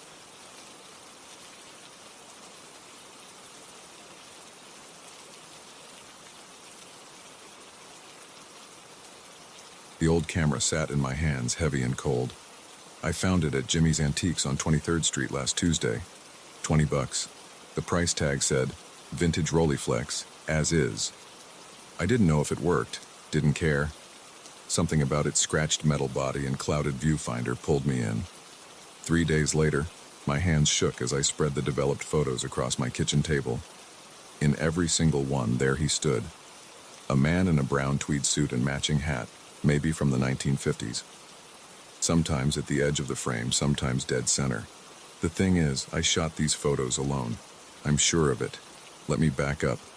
I should tell this right. I'm not a photographer. Never was. I fix air conditioners for a living. Not exactly an artistic job. But last week, walking past Jimmy's shop window, that camera caught my eye. It sat between a rusty toaster and some kid's baseball trophy covered in dust. I went inside without thinking. Jimmy, all liver spots and white stubble, barely looked up from his newspaper. Need something? The camera, in the window. He shrugged. Works far as I know. Lady brought it in last month, estate sale stuff. The price tag hung from a frayed string. $20 seemed like nothing for something that solid. The metal felt right in my hands. Heavy. Real. Not like the plastic digital things everyone uses now. I'll take it, I said. At home, I found an old manual online. Spent 2 hours learning how to load the film. The mechanisms clicked and whirred like they should. I bought 3 rolls of black and white film from that specialty camera shop downtown, the one that somehow stays in business. Saturday morning, I took the camera out. Clear sky, good light. I started in my neighborhood, brownstones, corner stores, kids playing basketball. Normal stuff. The viewfinder showed everything upside down, but I got used to it. Click, click, click. The weight of the camera felt good, professional. Each shot took time to line up, to focus. No instant preview, no delete button. Just the mechanical snap of the shutter. I walked for hours, down to the river, through the park, up to the old industrial district with its empty warehouses. Shot whatever caught my eye. Pigeons on power lines, rust patterns on metal doors, shadows of fire escapes. Used up all 3 rolls. The camera shop guy said they'd have the photos ready Tuesday. I hadn't shot film since I was a kid. Forgot how you had to wait. Tuesday came. The prints felt thick in the envelope. Good paper. I waited until I got home to look at them. The first photo showed my street, early morning. Empty sidewalk, parked cars, nothing special. Except there he was. Standing by a fire hydrant. Brown tweed suit, matching hat pulled low. Old-style clothes, like from an old movie. Must be a coincidence. Just some guy walking by. Second photo. The basketball court, kids playing. And there, between 2 teenagers going for a rebound, the same man. Same suit, same hat, standing perfectly still. My hands started sweating. Photo after photo. The river. Empty warehouse. Coffee shop window. Every single one had him. Sometimes far back, sometimes right in front. Always the same position. Standing straight, arms at his sides. Face shadow dark under that hat brim. I remember taking these shots. I was alone most of the time. When other people were around, they moved, blurred. But he was always sharp. Perfect focus. The last photo made me drop the whole stack. It showed my kitchen. Through the viewfinder, before I took the shot. Empty room, morning light through the window. But in the print, he stood at my sink, looking straight at the camera. At me. I haven't touched the camera since. It sits in my closet now. But last night I heard something from in there. A click. Like a shutter. I'm writing this down because I need to tell someone. Need to make sense of it. The photos are spread out on my table as I type. 87 pictures. He's in every one. Wait. The closet door just creaked open. I hear footsteps. There's something else I haven't mentioned. In that last kitchen photo, the one where he's looking at the camera, I can see his face now. I didn't notice it before. He's holding a camera too. A Rolleiflex. Just like mine. And his face. God. His face is mine. Older. Weathered. But mine. The footsteps are closer now. Heavy shoes on hard wood. I smell something. Old wool, maybe. like a suit that's been in storage for decades. I don't want to turn around, but I will. I have to know. Maybe he wants his camera back. 3 weeks have passed since I first wrote those words. Things have changed. I need to record what happened next. Need to understand it myself. That night, when I heard the footsteps, I did turn around. The man, my older self, stood there in his tweed suit. He held up his camera, pointed at me. Click. I didn't run, couldn't. We stared at each other for a long time. His face was mine, but lined with years I haven't lived yet. Eyes tired, but intense. Finally, he spoke. His voice rasped like old paper. You bought the camera. I nodded. Good. My turn is done then. He set his Rolleiflex on my table, the exact same camera. Even the scratches matched. Your turn now. Turn for what? He sat heavily in my kitchen chair, took off his hat. His hair was gray, thinning, like my father's before he died. To watch, he said, to record, to make sure things happen like they should. What things? He shook his head. You'll see. When you take the pictures, important moments, small things that matter, you have to be there, have to capture them. Why me? Because I was you, and now you're me. He stood up, straightened his jacket. The camera shows you where to go, what to photograph. Follow its pull, you'll understand. How long? Until the next one comes. Like you came for me. He walked to my door, stopped. Don't fight it. The camera chose you, like it chose me, like it chose the one before me. Then he was gone, left his camera behind. I didn't sleep that night. Stared at the two identical cameras on my table. In the morning, the old one, his, had vanished. Like he had. But mine remained. And it pulled at me, a tug in my mind, showing me places, moments, things I needed to photograph. The first one came 3 days later, a street corner downtown. The camera drew me there at exactly 8:47 a.m. I stood and waited, watched through the viewfinder. A woman rushed past, late for work maybe, dropped her keys without noticing. I took the photo. Behind her, a man bent to pick them up, called out, ran to return them. 2 months later, I shot their wedding. That's how it goes now. The camera shows me where, when, what matters. Small moments that ripple outward, lives connecting, changing. Sometimes it's simple things.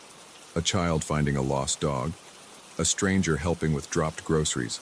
Other times, darker things. Car accidents I can't prevent. Fires I can only document. I'm there for all of them. Recording, watching, making sure they happen. The pictures don't show me anymore. I'm not the ghost in them now. That was him, my future self, completing his watch. Now I stand outside the frame, observing, preserving. Some nights I stare at the camera and wonder how long, how many years, until I put on that tweed suit, until I find the next watcher and pass the camera on. The pull is stronger now, more frequent.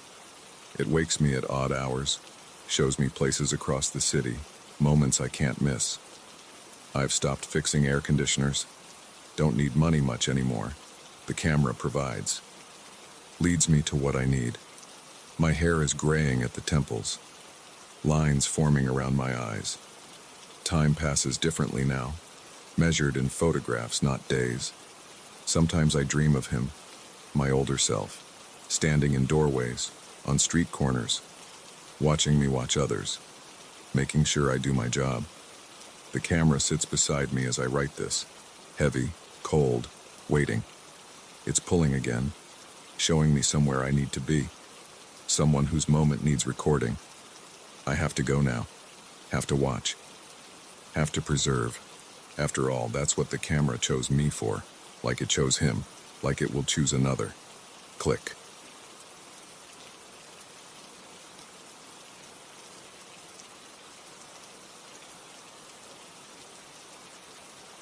The knocking started on my first night at 3 a.m.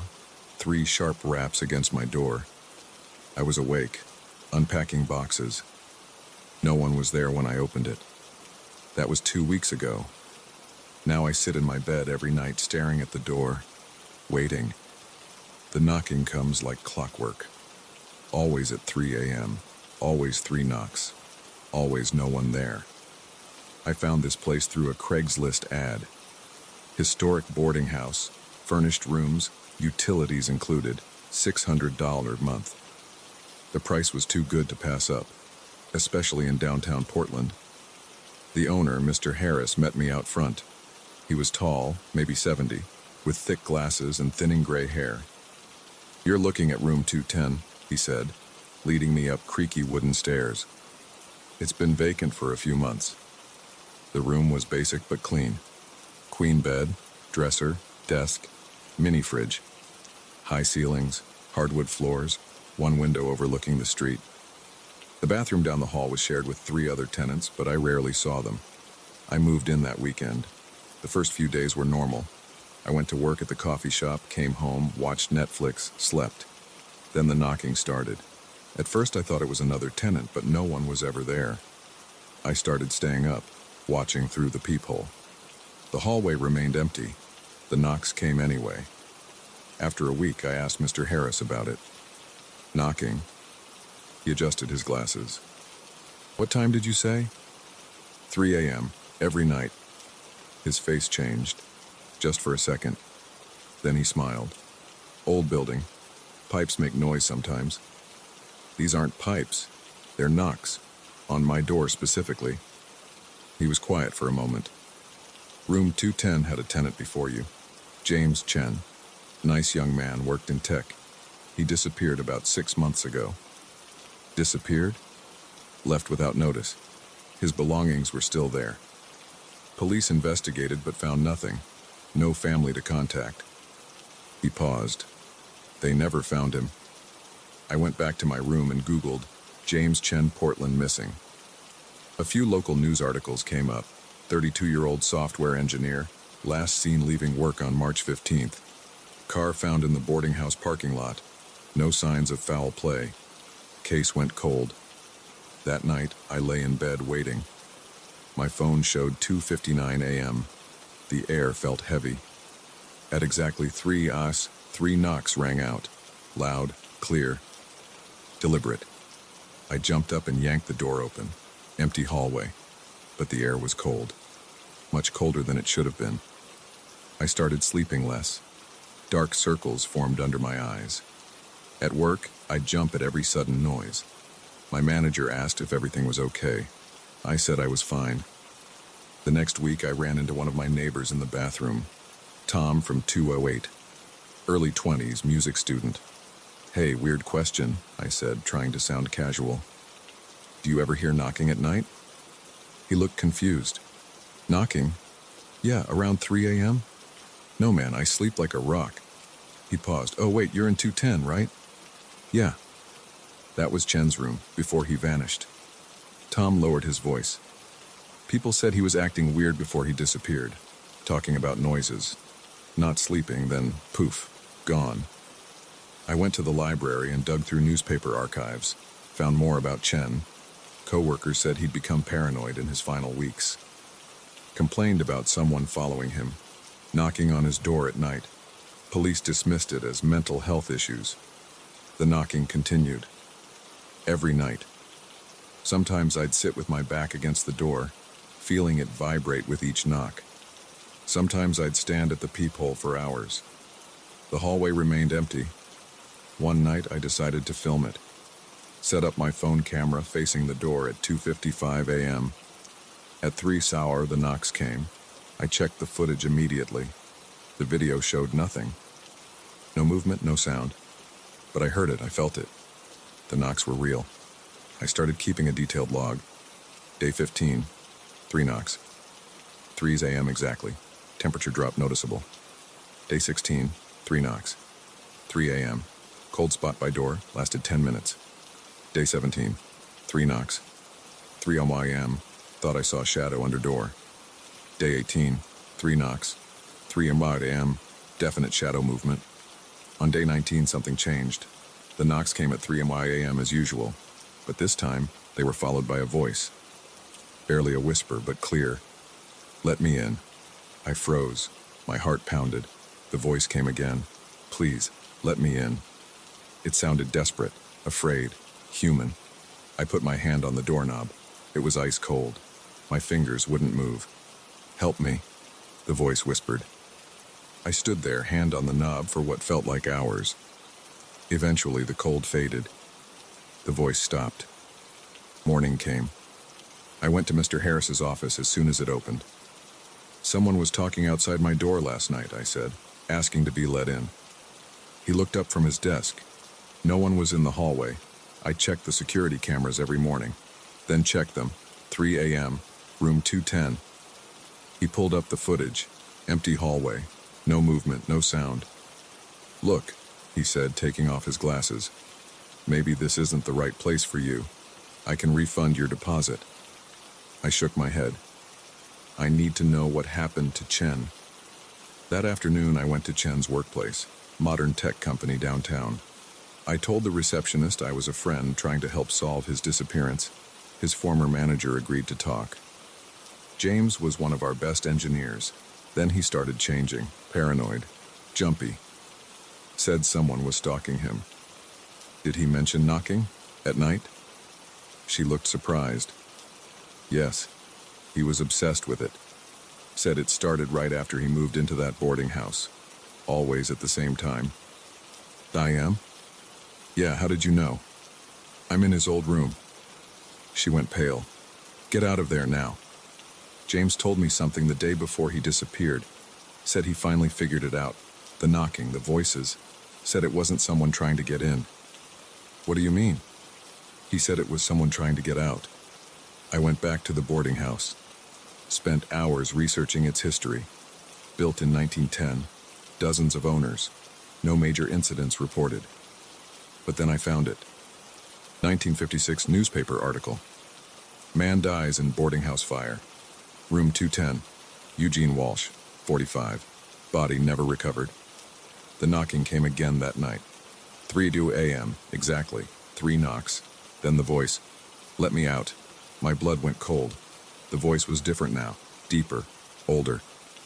"Please, I've been trapped so long." The temperature dropped. Frost formed on the window. My breath came out in clouds. "Chen figured it out," the voice said. "He tried to help. Now he's here too." Something scraped against the other side of the door, like nails on wood. "Let us out." Multiple voices now, whispering, pleading, demanding. I grabbed my phone to call 911. No signal. The screen was iced over. The door shuddered. The knob turned slowly. I hadn't locked it. I ran. Threw the door open, sprinted down the hallway. Behind me, voices called out. Footsteps followed. Cold air chased me. I made it to the stairs, took them 3 at a time, burst out onto the street. Ran until my lungs burned. I never went back. Left everything behind. Mr. Harris kept my deposit. I didn't care. The police took my statement but didn't believe me. They never searched the building. Never found Chen. I live across the country now. Different name. Different life. But every night at 3 a.m. I wake up. Listen for knocking. Wonder about room 210. About Chen. About all the others. Sometimes I dream about that last night. About the voices. About what I would have seen if I'd stayed. In my dreams, they're still there. Knocking. Waiting. Trapped behind a door that opens both ways. I check the news sometimes. Looking for missing persons reports from that address. There's a new one every few months. The boarding house is still there. Still renting rooms. Still advertising on Craigslist. Room 210 is always available. The knocking continues. Every night. At 3 a.m. But now it's someone else's turn to answer.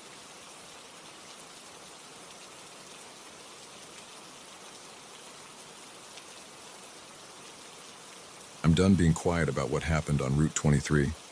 The cops think I'm crazy. My wife left me. My kids won't talk to me. But I know what I saw. Every detail is burned into my brain like a brand. I need to get this down before I lose my mind completely. It started 3 months ago.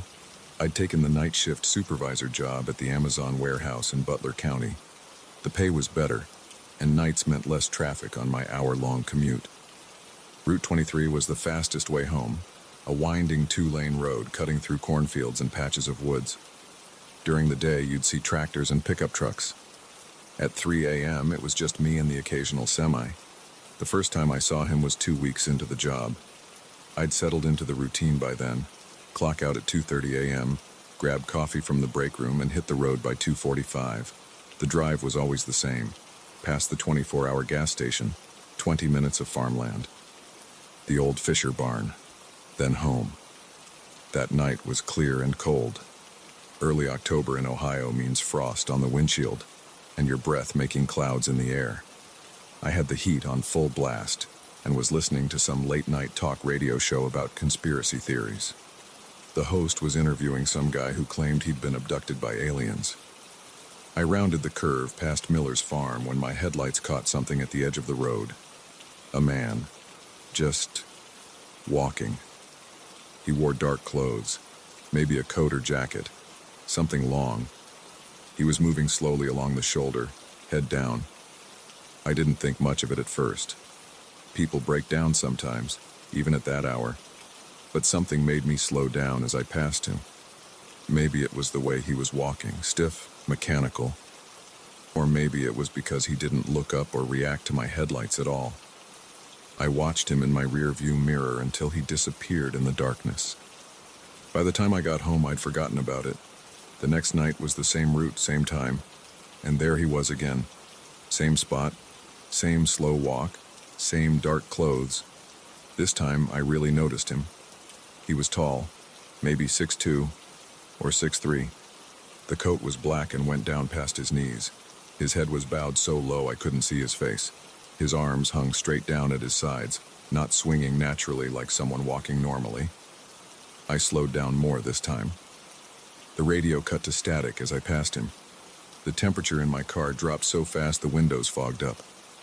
I hit the gas and didn't look back. The third night, I was ready. I kept my eyes on that stretch of road, hands tight on the wheel. Part of me hoped he wouldn't be there. Part of me needed to know I wasn't imagining things. Sure enough, there he was. Same spot, same walk, same everything. I pulled over about 50 yards ahead of him and put on my hazards. My hands were shaking as I watched him in the side mirror. He kept walking, that same slow pace, getting closer and closer to my car. "Hey," I called out the window. "You need help?" No response. He just kept walking. I got out of the car. The cold hit me like a slap. My breath came out in white clouds under the orange glow of my hazard lights. "Sir, are you okay?" He was about 20 feet away now, still walking, still looking down. "Look, I can give you a ride if you need one. It's freezing out here." 10 feet away, I could hear his footsteps now. They sounded wet like someone walking in soaked shoes. 5 feet. I took a step back. Something was wrong. Very wrong. His feet were bare, pale white, and with each step, they left dark, wet prints on the asphalt. "Jesus Christ," I whispered. He stopped. Slowly, so slowly, his head began to lift. I ran. I didn't look back. I threw myself into the driver's seat and slammed the gas pedal to the floor. The tires squealed on the frost-covered road as I fishtailed away. When I got home, I sat in my driveway for an hour, shaking. I called in sick the next day, and the next. When I finally went back to work, I took the long way home, an extra 45 minutes of driving just to avoid that stretch of Route 23. But I couldn't stop thinking about it. About him. Those wet footprints. What would I have seen if his face had finished turning toward me? After 2 weeks of the long route, I convinced myself I was being stupid. Gas prices were killing me. I was losing sleep. It was probably just some local drunk who walked that road sometimes. The footprints? A trick of the light. The temperature drop? Bad thermostat in my car. So I took Route 23 again. He was there. This time I was determined to face it. to prove to myself it was nothing. I pulled over again, but stayed in my car. Left the engine running, high beams on. He walked past my car. The radio died. The engine sputtered and stalled. The temperature plummeted so fast frost formed on the inside of my windshield. I sat perfectly still, hands clenched on the wheel, as he passed by my driver's side window. I made myself look. His coat wasn't a coat at all. It was like a hole in the world, darker than the darkness around it. His skin, what I could see of his hands and neck, was the color of old bones. Water dripped constantly from his clothes, his hands, his feet, leaving a trail of dark spots on the road that vanished moments later. He stopped beside my window. I couldn't move, couldn't breathe. My heart was pounding so hard it hurt. He turned his head. I saw his face. God help me, I saw his face. It was my face, but wrong, bloated, blue-tinged. The face of a drowning victim, eyes milky white and lips pulled back in a permanent grimace. Water trickled from the corners of his mouth, his nose, his eyes. I screamed. The sound seemed to trigger something. He flickered like a bad TV signal and vanished. Just gone. All that was left was a single wet footprint on the asphalt beside my car. I sat there until dawn, engine dead, shivering in the cold. When the sun finally rose, I took pictures of the footprint with my phone. It was still there, still wet, hours later. I measured it. Size 11. My size. That was 2 months ago. I quit my job the next day. Tried to tell the police, but they just wrote it off as stress or fatigue or someone playing pranks. I showed them the pictures, but they said they just looked like water spots on the road. My wife thought I was having a breakdown. Maybe I am. She took the kids to her sister's place last week. Said she needed time to think. I've done research. Talked to locals. Turns out there was an accident on that stretch of road 15 years ago. A man drove his car into Miller's Pond during a rainstorm. They found his body 3 days later. He was wearing a long black coat, size 11 shoes. I drive past Miller's Pond every day now. Park there sometimes. The water is dark and still. Sometimes I think I see something moving under the surface, something walking, waiting. I know what you're thinking, that I'm crazy, that I need help. Maybe you're right. But if you're ever driving Route 23 in Butler County, Ohio around 3 a.m. and you see a man walking, don't stop. Don't get out of your car. And whatever you do, don't look at his face, because he'll show you how you die. I know what's waiting for me now. I see it every time I close my eyes. That pond, that cold, dark water, my face bloated and blue, walking that endless road. It's only a matter of time. Last night I found wet footprints leading up to my front door. Size 11.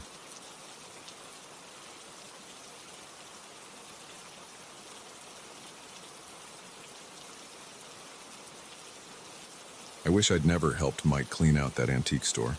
The doll sits on my dresser right now. It's staring at me. I know what you're thinking. It's just a doll. But I swear its head wasn't turned this way when I left for work this morning. Let me start from the beginning. 3 weeks ago, Mike called asking for help clearing out his uncle's antique store. His uncle had died, leaving him to deal with 40 years' worth of collected junk. I had nothing better to do on a Saturday, so I agreed. The store sat in an old brick building downtown, paint peeled from the wooden doorframe. The windows were so grimy you could barely see the dusty displays inside. A brass bell jangled when we walked in. The smell hit me first. Musty and stale, like old books mixed with mothballs. "Thanks for helping, Dan," Mike said, handing me a pair of work gloves. "This place is a mess. Uncle Ted was a hoarder. We need to sort what's valuable from what's trash." Dust floated in the sunlight streaming through the dirty windows. Shelves crammed with trinkets lined the walls. Glass cases held jewelry, coins, and smaller items. Furniture was stacked randomly. Chairs on tables, dressers blocking aisles. We started in the back room. I lifted boxes while Mike checked inventory lists. Most stuff was worthless. Broken toys, incomplete chess sets, damaged picture frames. Then I found the doll. It sat on a high shelf behind some old books, about 12 inches tall, made of porcelain. Its face was hand-painted, pale skin, rosy cheeks, deep blue eyes. The clothes looked handmade, a blue velvet dress with white lace trim, tiny leather boots. Something about it caught my attention. "Hey, Mike, what about this?" I held up the doll. He barely glanced at it. Probably worth something to collectors. Add it to the keep pile. But I kept looking at it. The craftsmanship was incredible. Every detail was perfect. The tiny stitches in the dress, the delicate fingers, the glossy brown hair. The face had personality. It wasn't the blank stare of a typical doll. "How much you want for it?" I asked. Mike shrugged. "Take it. Consider it payment for helping." I should have left it there, but I wrapped it in newspaper and took it home, set it on my dresser. That's when things got weird. The first night I dreamed I was trapped in a small dark space. The air was thick and stale. I couldn't move, couldn't breathe. I tried to scream, but no sound came out. When I woke up gasping, sweat soaked my sheets. I got ready for work, trying to shake off the nightmare. As I grabbed my keys, something felt off. The doll looked different. I could have sworn it faced the window last night, but now it faced my bed. I told myself I was being paranoid. That night, the dream came again. This time I was in an old room. Dusty shelves towered over me. Giant shapes loomed in the shadows. Everything was huge, like I'd shrunk. Heavy footsteps approached. I tried to run, but my legs wouldn't move. I woke up with my heart pounding. The doll had moved again, just slightly, head tilted down instead of straight ahead. I examined it closely. The face that seemed so charming before now looked sinister. The blue eyes held a hungry gleam. The small smile seemed to mock me. "This is stupid," I said out loud. "It's just a doll." I went to work, couldn't focus, kept thinking about those eyes. When I got home, the doll had definitely moved. It sat closer to the edge of the dresser, one arm slightly raised. I took photos with my phone to prove I wasn't crazy. Compared them each morning. Small changes showed up. The head turned a few degrees, an arm lowered. The dress ruffled differently. The dreams got worse. I was in a box, being carried. Rough hands lifted me out. Strange faces peered down. I tried to move, to speak. Nothing worked. I could only watch as I was placed on a shelf, posed like a toy. Because I was a toy. A doll. Trapped. I started sleeping on the couch. The dreams followed. Every morning I checked the photos. Every morning the doll had shifted position, sometimes just slightly, sometimes dramatically. One morning I found it on the floor, face down. Another time it sat on my pillow. I'd wake up to find it in different rooms, the kitchen counter, the living room bookshelf, the bathroom sink. I tried to throw it away. Drove to a dumpster across town. Tossed it in. Felt better. Until I got home and found it back on the dresser. Dressed dirty but intact. I took it to a secondhand store. Left it there. Next morning, back on the dresser. Tried burying it in the woods. Came home covered in dirt. Broke it with a hammer. Woke up to find it perfect again, sitting closer to my bed. The dreams got more intense. I lived entire lifetimes trapped in the doll. Decades of watching, unable to move or speak. Passed from owner to owner, locked in display cases, stored in dark attics, always conscious, always screaming inside. I stopped sleeping, drank coffee all day, took caffeine pills, but exhaustion won. I'd drift off and snap awake to find the doll closer. Always closer. Last night was the worst. In the dream, I was the doll again. But this time I saw myself sleeping. Watched my own body twitch and mutter. Felt the urge to reach out, to touch my face, to switch places. I jolted awake. The doll sat on my chest, face inches from mine. Its cold porcelain hand pressed against my cheek. I screamed, knocked it off, ran out of the bedroom, slept in my car. Now I'm sitting at my desk at work, trying to think. The doll is still in my house, waiting. I can feel it. My hands shake as I type this. Need to document what's happening while I still can. While I'm still me. Because the dreams are bleeding into reality. This morning I caught my reflection. My skin looked paler, smoother, almost like porcelain. My joints feel stiff. Hard to move my fingers. The doll is changing too. Last time I saw it, the face looked more human. The blue eyes had depth. The skin had texture. It's waiting for me. I know what it wants. The switch has already started. I don't want to go home, but I have to. Have to face it. Maybe I can break the cycle, destroy it completely, burn it, dissolve it in acid, but I've tried before. It always comes back. I check my phone. New text from Mike. Hey, found some papers about that doll. Previous owner disappeared in 1967. Police found his apartment empty except for a porcelain doll on the dresser. Looks just like you. My fingers tingle. Skin feels tight. I look at my hands. The knuckles are smooth, shiny. I have to go home now. The doll is calling. Soon I'll be free. Free to sit on the dresser, free to wait. Someone will find me. Someone will take me home. And the cycle will start again. But I won't be trapped anymore. I'll be the one doing the trapping. I feel the change spreading. My movements are jerky, mechanical. The doll is winning. Soon I'll be porcelain. Soon I'll be free. Soon I'll be...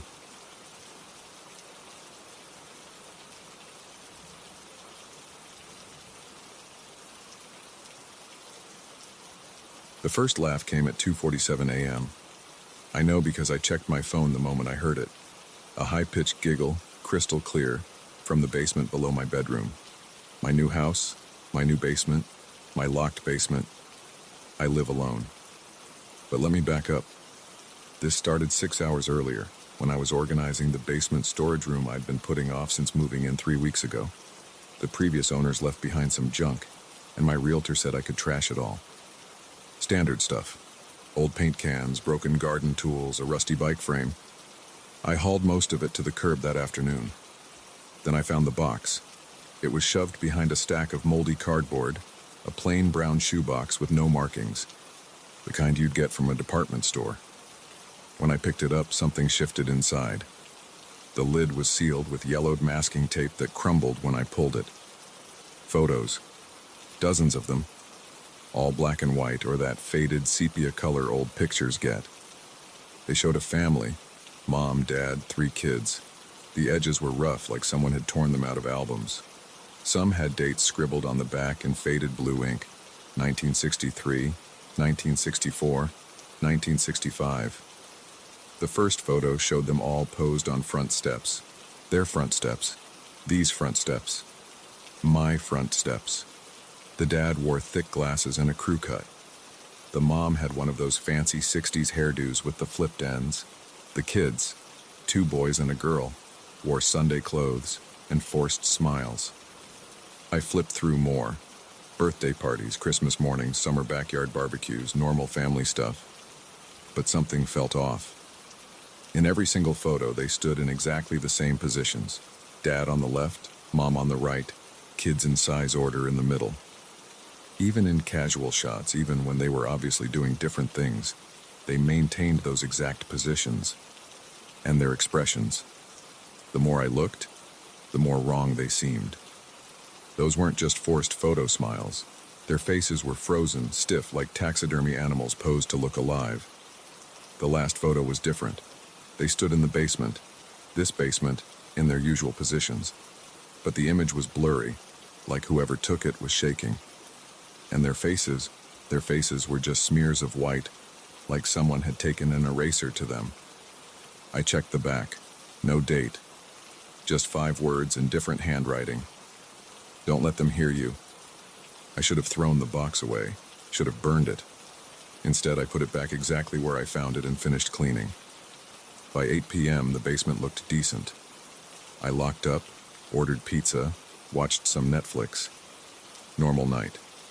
Until 2:47 a.m. The giggle jolted me awake. High-pitched like a little girl. It echoed up through the heating vent beside my bed. I lay there, holding my breath, straining to hear more. Nothing. Just a dream. Had to be. I rolled over, pulled the blanket up. Another laugh. A deeper one this time. A man's laugh. Then a woman's voice, too quiet to make out words. I sat up, heart pounding. The sounds were definitely coming from the basement. My locked basement. My phone showed 3 text messages from my buddy Mike about our weekend plans. I ignored them and opened the flashlight app instead. The wooden floor creaked under my feet as I got up. More laughter floated up through the vent. All 3 voices now, plus the kids. A family having fun. At 3 a.m., in my locked basement. I pulled on jeans and grabbed the baseball bat from my closet. The one I bought after moving in alone, just in case. My hands shook as I checked the phone's battery. 92%. Enough. The hallway was darker than usual. Moonlight usually came through the window at the end, but clouds covered everything tonight. My flashlight beam bounced off the walls as I crept toward the basement door.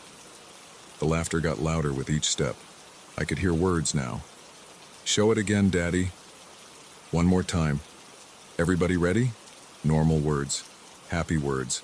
But wrong. So wrong at this hour. In this place. I reached the basement door, tested the knob. Still locked. The key hung on its hook beside the frame, right where I'd left it. The voices continued below. I stood there, bat in one hand, phone in the other, trying to think. Call the cops? They'd take forever to arrive. Break down the door? What if someone really had broken in? A new sound cut through the laughter.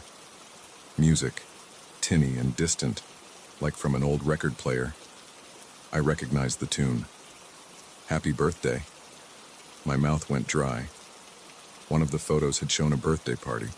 The little girl in a party dress, cake with 6 candles, that same record player in the background. The key felt ice cold as I lifted it off the hook. The lock clicked open with a sound like breaking glass. I nudged the door with my foot. It swung inward on silent hinges. The voices and music grew louder, but they had a strange echo now, like they were coming from underwater. My flashlight beam found the steps.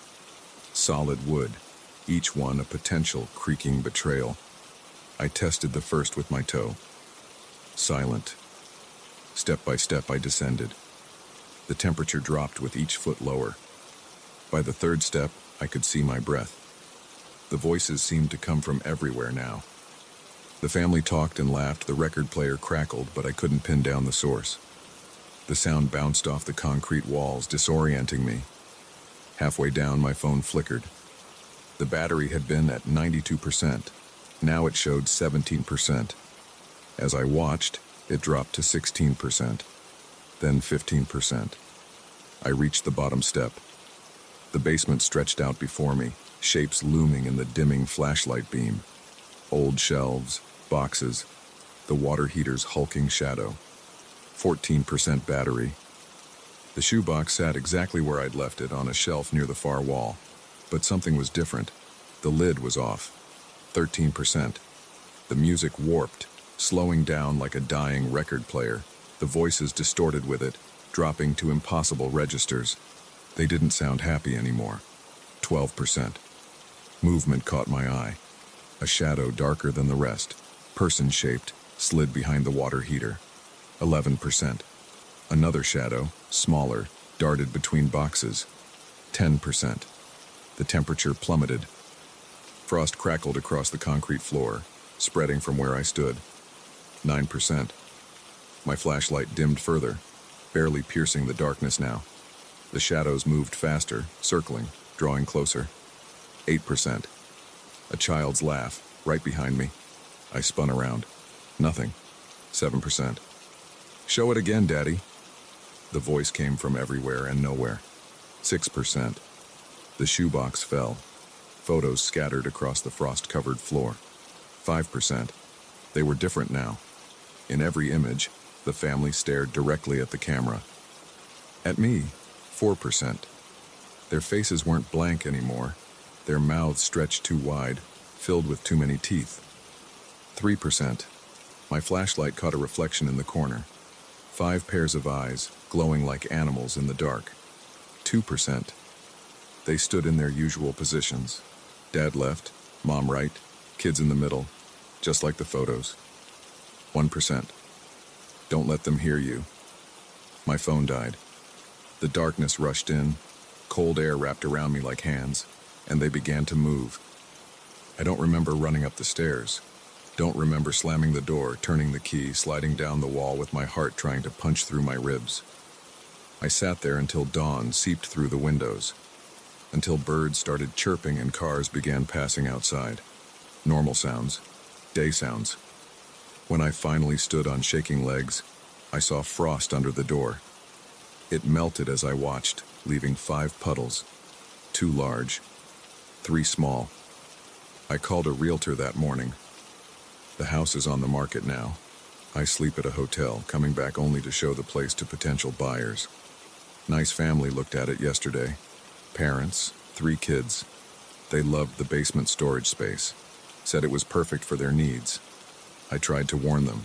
Tried to say something about the photos, the voices, the shadows that move wrong. But every time I start to speak, I hear those words. Don't let them hear you. So I stay quiet, sign the papers, hand over the keys, and try not to think about the shoebox still sitting on that shelf, waiting for the next family to find it. The last showing is tomorrow.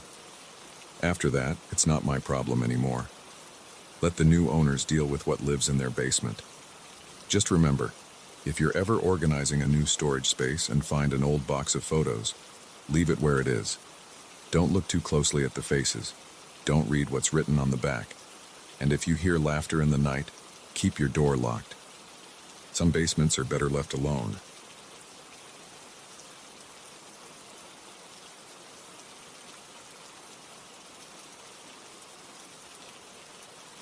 The scratching started on my first night in the house. Just a light scraping against the bedroom window. I told myself it was tree branches, but there weren't any trees near that side of the house. That was my first clue something was wrong with 42 Maple Street, but I ignored it. I needed this place, and the rent was cheap, and I was desperate after my divorce. I should have listened to my gut. I found the diary 3 days after moving in. The floorboard in the living room caught my sock. When I bent down to check it, the wood felt loose. I pried it up with my fingers, sending dust everywhere. The leather-bound book sat in a small cavity, wrapped in a plastic bag. The pages were yellowed, but intact. The handwriting was neat, almost too perfect. It belonged to someone named Thomas Warren. The first entry was dated exactly 1 year ago, October 15th, 2023. Something watches me from the backyard. I see it when I'm doing dishes. A dark shape always just at the edge of the window. When I turn to look directly, it's gone. I'm not crazy. I know what I see. I read that entry 3 times. My hands were shaking when I looked up at my own kitchen window. It was past sunset, and all I could see was my reflection in the dark glass. But something made me walk over and close the blinds. The diary entries got worse. Thomas wrote about scratching sounds at night, cold spots in the hallway, the feeling of being watched while he slept, items moving when he wasn't looking. At first, I told myself it was the ramblings of a disturbed mind. But then things started happening to me too. It began with small things. I'd leave my coffee mug on the kitchen counter only to find it in the sink. I'd wake up to all the cabinet doors standing open. The shower would turn on by itself while I was reading in bed. I started taking photos of how I left rooms before going to sleep, just to prove to myself I wasn't imagining things. One entry from Thomas caught my attention. December 3rd, 2023. I saw it clearly tonight. I was up late working, and movement caught my eye. A figure stood in my bedroom doorway. Tall, too tall. Its head nearly touched the frame. It was dark, but not like a shadow, more like a hole in the air. When I blinked, it was gone. But I smell it sometimes now, like wet earth and copper. 3 days after reading that entry, I saw it too. I was walking to the bathroom at 3 a.m. The hallway was dark, except for the nightlight I'd started leaving plugged in. The figure stood at the end of the hall, exactly as Thomas described. Impossibly tall, black as a starless night. My body went cold. I couldn't move. It felt like hours, but it must have been only seconds. When I finally managed to hit the light switch, the hallway was empty. I started sleeping with the lights on after that. I read more of the diary, January 15th, 2024. It's getting closer. Every night it's closer to my bed. I wake up and it's standing in the corner, then by the dresser, then at the foot of my bed.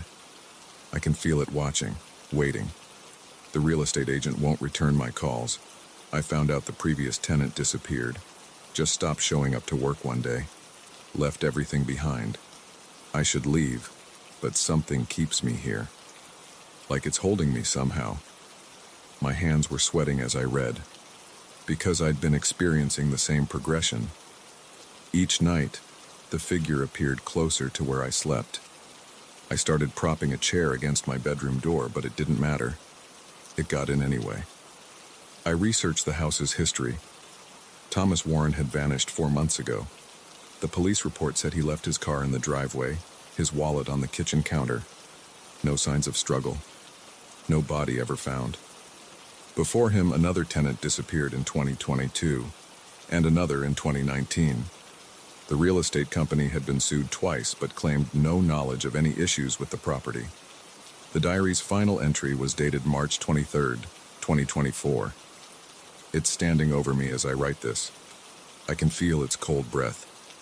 The scratching is constant now, not just at the windows, in the walls, under the floor, in my head. I understand now. It needs to be fed.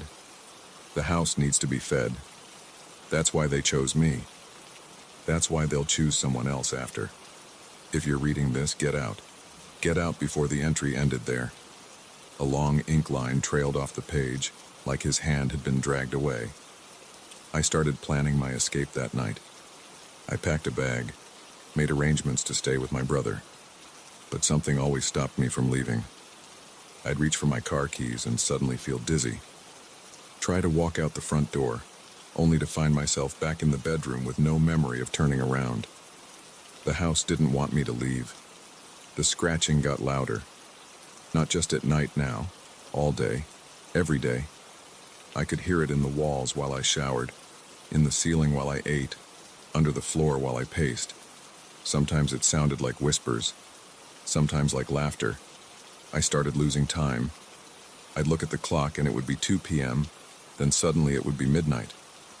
I'd find scratches on my arms that I didn't remember getting. My phone would show photos I didn't remember taking, most of them just black frames, but some showing glimpses of that tall figure in mirrors, in windows, in doorways. Last night, I woke up in the crawl space under the house. My flashlight showed other things under there: old clothes, watches, wallets, personal effects from other tenants. The diary wasn't the only thing hidden under floorboards. The figure stands in my doorway as I write this. It's closer than ever. The scratching is deafening. I know now why Thomas's diary was left for me to find. The house wants me to continue the record, to leave evidence for the next tenant, to keep the cycle going. My hand is shaking so badly I can barely write. The smell of wet earth and copper fills my nose. It's reaching for me now. Its hand is so long, so black, like a tear in reality. I should run, but my legs won't move. I should scream, but my throat is closed. All I can do is write these last words. If you're reading this, get out. The house doesn't just want tenants. It wants sacrifices. It wants... The rest of the pages are blank.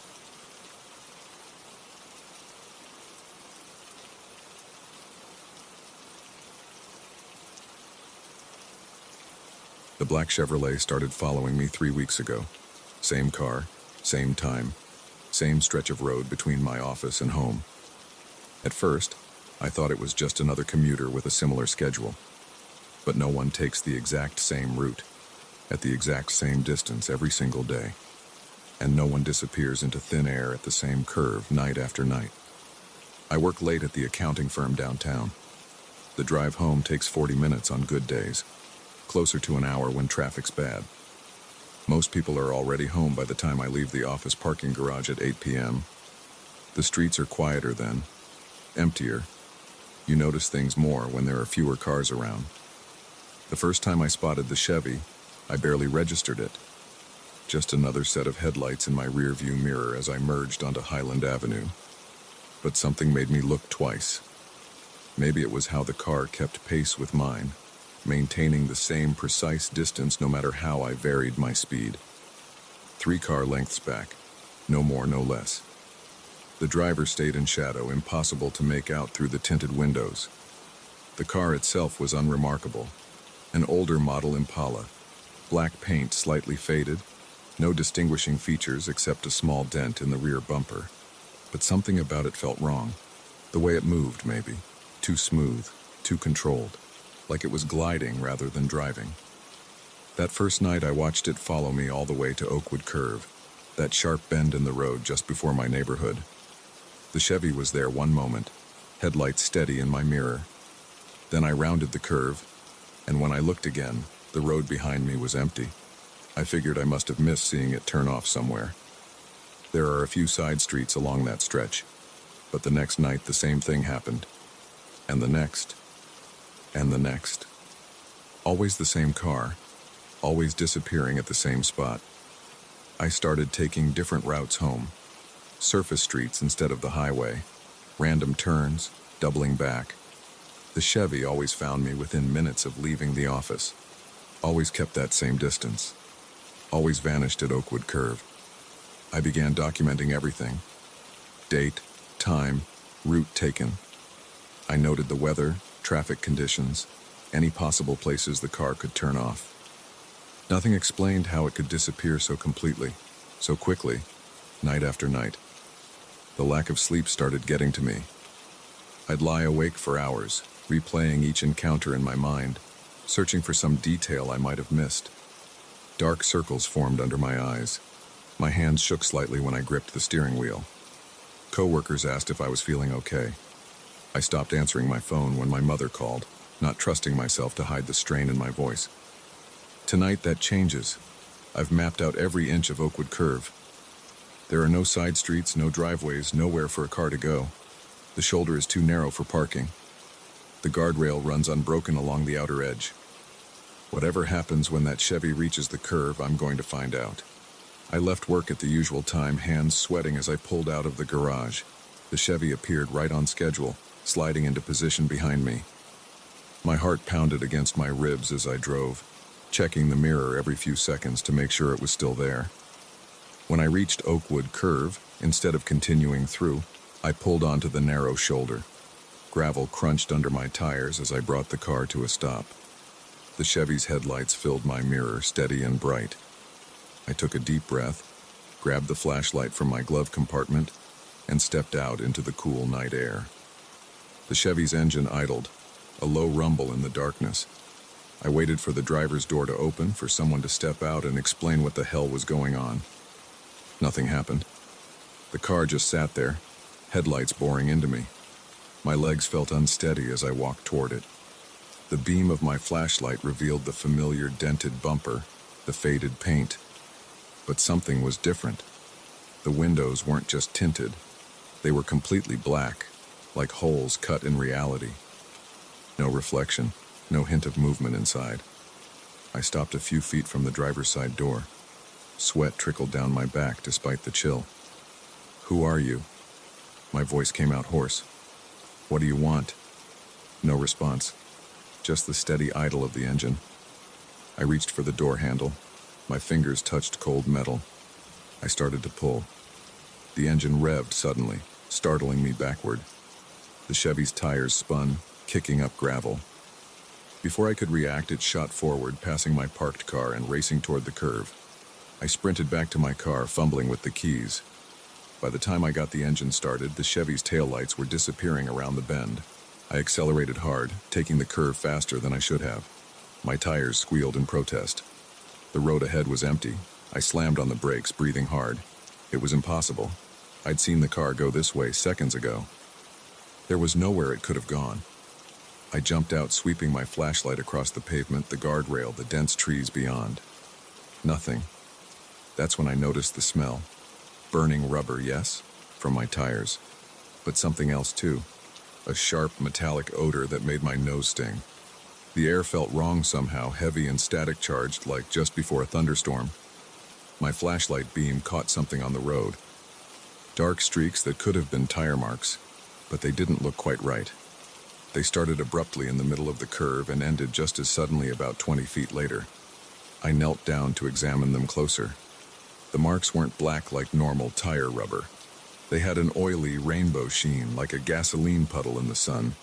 When I touched one, my fingers came away clean. The surface felt cold, much colder than the surrounding pavement. A car approached from behind, headlights sweeping across me. I quickly got up and returned to my vehicle, not wanting to explain why I was crouched in the middle of the road at night. As I drove the rest of the way home, my mind raced. The next day at work, I could barely focus. I spent hours researching missing persons cases in the area, unexplained phenomena, anything that might give me a clue about the phantom Chevy. I found nothing concrete, just vague forum posts about strange lights and urban legends about haunted stretches of road. That evening, I loaded my car with equipment. Cameras, including an old GoPro I'd borrowed from my nephew, a handheld GPS unit, my phone fully charged and ready to record. Whatever happened, I'd have evidence. The Chevy appeared right on schedule. I felt calmer this time, more prepared. I narrated everything into my phone as I drove, describing the car's position, its movements, any small detail that seemed relevant. Approaching Oakwood Curve, I pulled over in the same spot as before. The cameras were rolling. The GPS showed my exact position. I stepped out of the car. The Chevy stopped behind me just like last night. Same position, same idle rumble. This time, I didn't approach it. Instead, I stood by my car and watched. Minutes passed. The air grew colder. My breath fogged in front of my face. Without warning, the Chevy's engine roared to life. But instead of racing forward like before, it began to change. The black paint seemed to ripple and flow like liquid. The shape of the car distorted, stretching and compressing in ways that hurt my eyes to look at. I raised my phone to record, hands shaking. Through the screen, I saw something impossible. Where the Chevy's windows had been, there was now only darkness. Not the reflectionless black from before, but true darkness. Like looking into a void. The darkness began to spread, consuming the car from the inside out. The engine sound changed, becoming deeper, resonating in my chest. The air crackled with electricity. My phone's screen went black, then switched off completely. I could feel the hair on my arms standing up. The Chevy, what was left of it, lurched forward. As it passed me, I caught a glimpse through what had been the passenger window. Instead of car seats and interior, I saw something else. A space that couldn't exist, stretching away into impossible geometries, and movement within that space. Shapes that my mind couldn't process. I stumbled backward, hitting my car. The transformed Chevy accelerated toward the curve, the darkness around it seeming to bend and distort the very air. Just before it reached the bend, reality itself appeared to fold. The car passed through that fold and vanished, taking the anomaly with it. The night snapped back to normal. My phone powered back on. The GPS unit was dead, its screen cracked. The cameras had captured nothing. Their memory cards were completely erased. I slid down to sit on the gravel, my legs too weak to hold me. The ordinary sounds of the night returned. Distant traffic, wind in the trees, crickets chirping. But I could still smell that metallic odor, still feel the residual static charge in the air. After that night, I never saw the black Chevy again. I changed jobs to avoid that route, moved to a different part of the city, tried to convince myself it had been stress, lack of sleep, some kind of breakdown. But sometimes, driving late at night, I'll catch a glimpse of something in my rearview mirror. A familiar shape, maintaining that precise 3-car distance. And I'll take the next turn and the next and the next until I'm sure nothing is following me. I've never gone back to Oakwood Curve. I don't want to know if those strange tire marks are still there. Don't want to find out what might happen if that fold in reality opens again. And this time, something comes through from the other side. But I keep the cameras in my car, charged and ready. Keep my phone close at hand, because I know what I saw that night. Know that somewhere out there, a black Chevrolet is still driving the dark roads following someone else home. And maybe next time I'll get the proof I need to make others believe. For now, I avoid driving at night when I can. When I have to, I keep checking my mirror, counting the cars behind me. 1, 2, 3. Making sure none of them maintain that perfect distance. Making sure none of them are a black Chevy with a small dent in the rear bumper. Because once you've seen reality fold, you can never unsee it. You can never stop wondering what else might be out there, riding the dark roads, following someone home.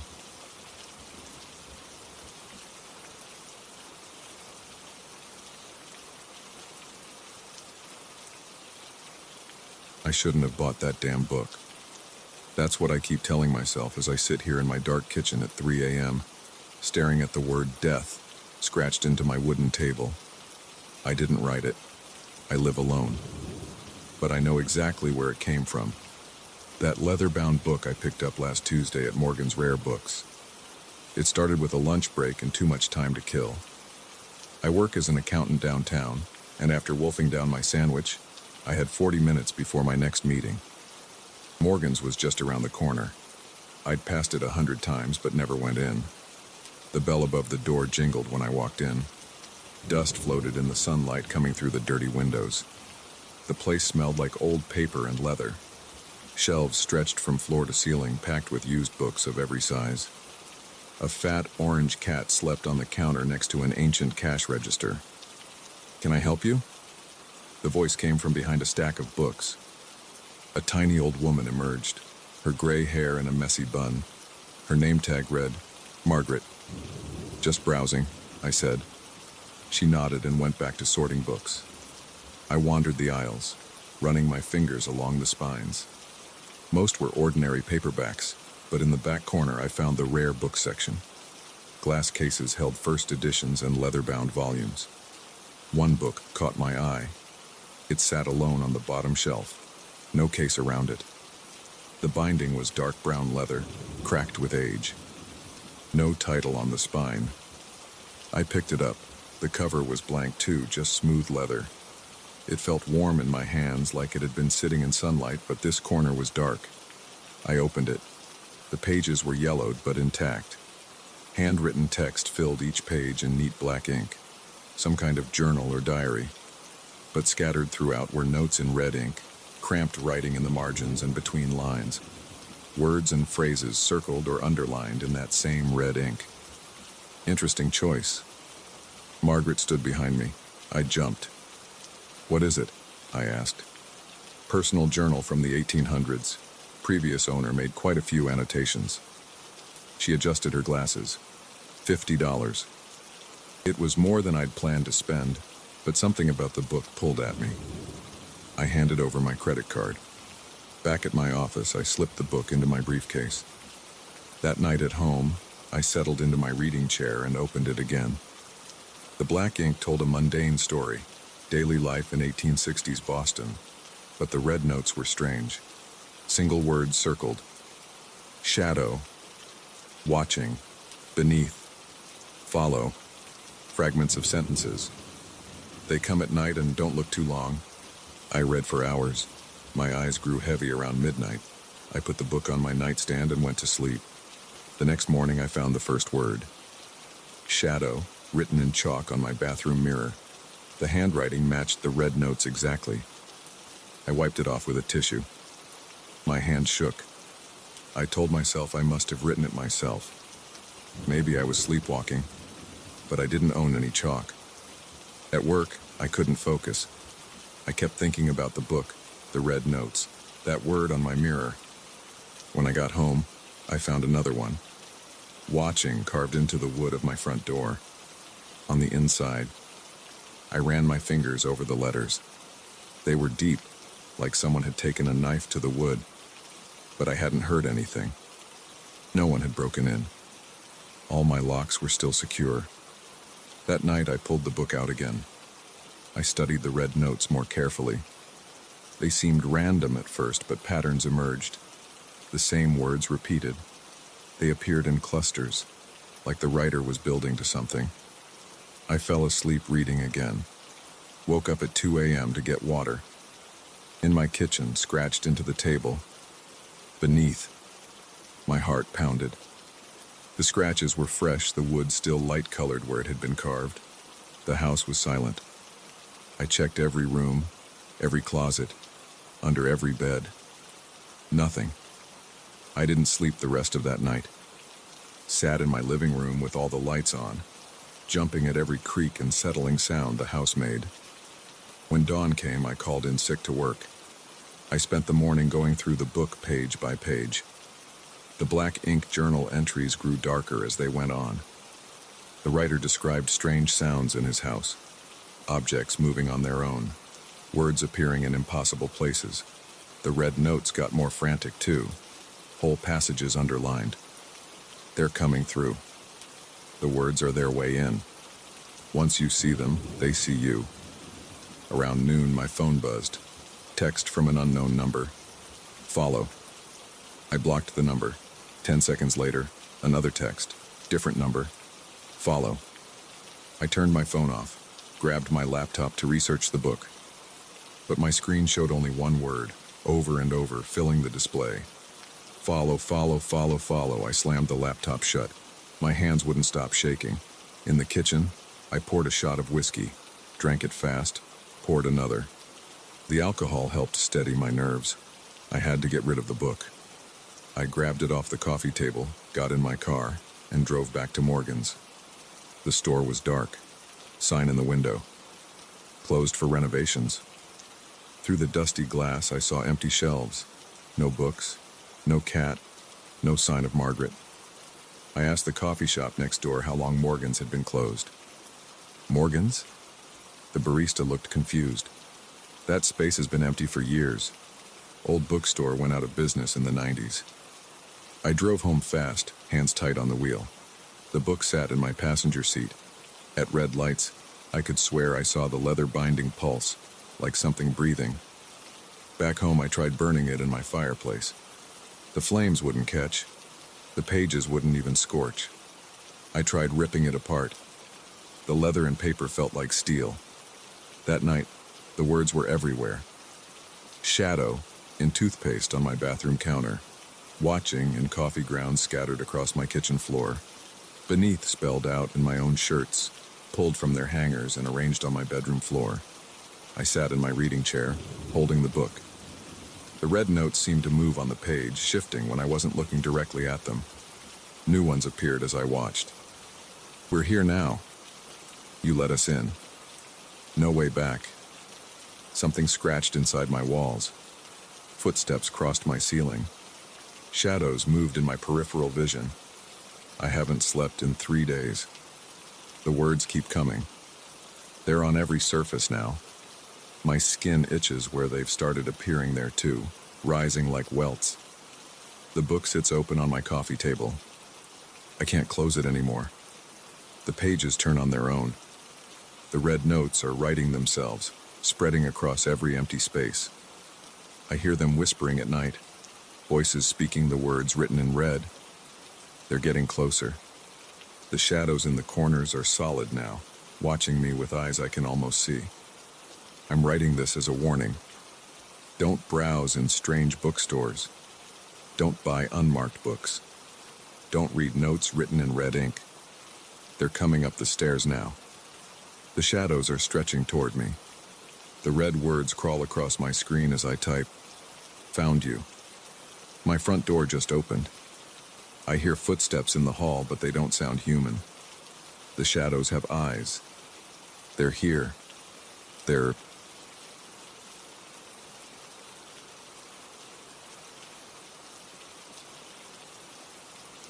I first saw the necklace 3 weeks ago at the Greenpoint Flea Market in Brooklyn. It sat on a worn velvet display cushion, half buried under costume jewelry and old watches. The pendant caught my eye, a simple black stone set in tarnished silver. $10, the vendor said. I bought it without haggling. That was my first mistake. The shadow appeared that same night. I was brushing my teeth, leaning over the sink.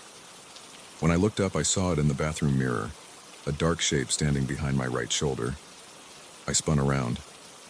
Nothing there. Just my toothbrush hitting the tile floor, spattering foam.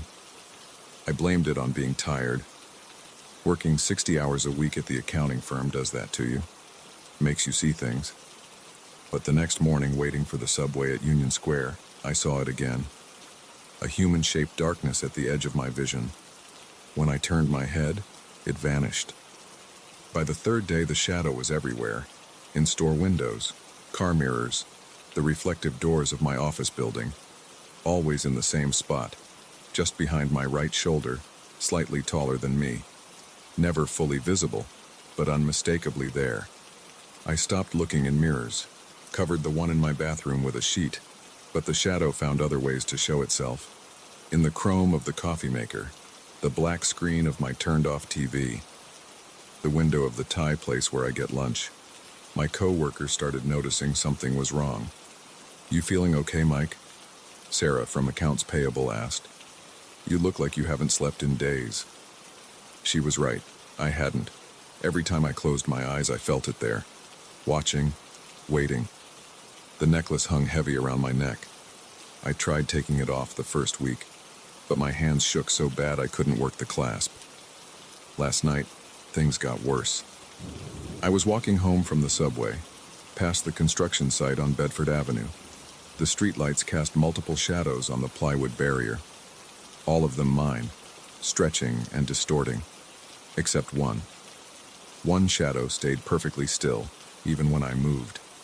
It turned its head to watch me pass. I ran the last 3 blocks home, slammed the door, locked it, double-checked the windows, pulled all the blinds. But in the dark, the shadows are everywhere. I'm writing this now at my kitchen table. The overhead light creates a bright circle around me. Beyond that, darkness fills every corner. My hands won't stop shaking. The necklace feels like it's getting tighter. There's movement in my peripheral vision. The shadow is closer now than it's ever been. I can almost make out features in its face, almost hear it breathing. I need to find that vendor again, need to return the necklace. But the flea market only runs on weekends, and it's 4 more days until Saturday. I don't know if I can last that long. The light above me just flickered, once, twice. The shadow is... That's what the police found on Mike Chen's laptop, according to the official report. They discovered it 3 days after his neighbors reported a strange smell coming from apartment 4B. The apartment was empty, no signs of forced entry or struggle. Just an open Word document and a black stone pendant on a silver chain, sitting on the kitchen table. The necklace was logged into evidence, then disappeared from the precinct lockup 2 days later. The case remains unsolved. Every few months, a similar necklace shows up at flea markets around the city. Always $10. Always a simple black stone in tarnished silver. Always with a shadow lingering just behind the vendor's shoulder, watching, waiting for the next buyer. I know because I was the detective assigned to Chen's case. I've been tracking the necklace ever since, following the trail of missing persons reports, collecting witness statements, building a case file that no one at the department will take seriously. Yesterday I saw the necklace again. Greenpoint Flea Market. Same stall where Chen bought it. $10, the vendor said.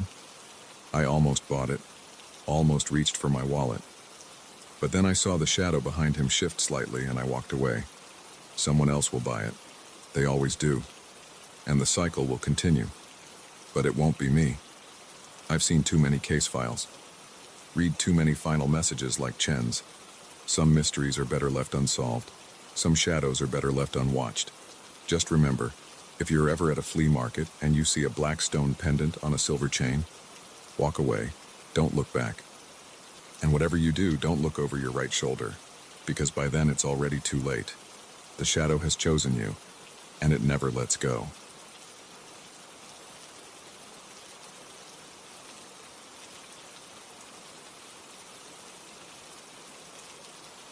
The paper wasn't there when I sat down. I know because I checked the seat like I always do. But 2 hours into the overnight train ride from Boston to Chicago, I got up to use the bathroom. When I came back, there it was, a folded piece of white paper on my seat. I picked it up. The paper was warm, like someone had been holding it. The message inside was typed in plain black text. Michael Wheeler, at 3:17 a.m. on October 15th, you will receive a visitor. Your TV will turn on by itself. There will be 3 knocks at your door. Do not answer.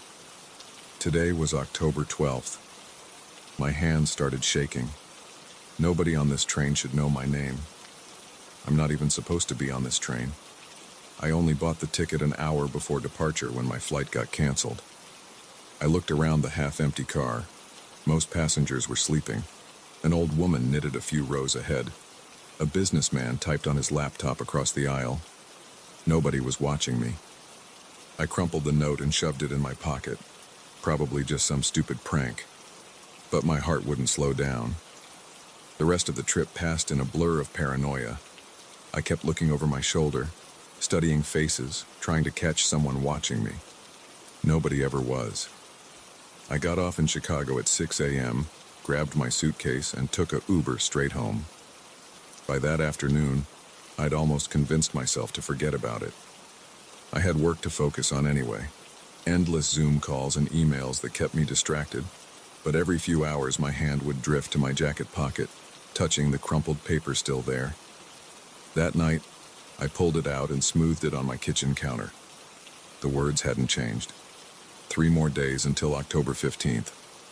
The next 2 days I went about my normal routine, worked from home, ordered delivery, watched Netflix. But I kept the note propped against my coffee maker where I could see it, like keeping an eye on a spider you don't want to lose track of. October 15th arrived cold and rainy. I barely slept the night before, kept jerking awake, checking the time. By evening, my nerves were shot. I'd drunk too much coffee and my hands wouldn't stop trembling.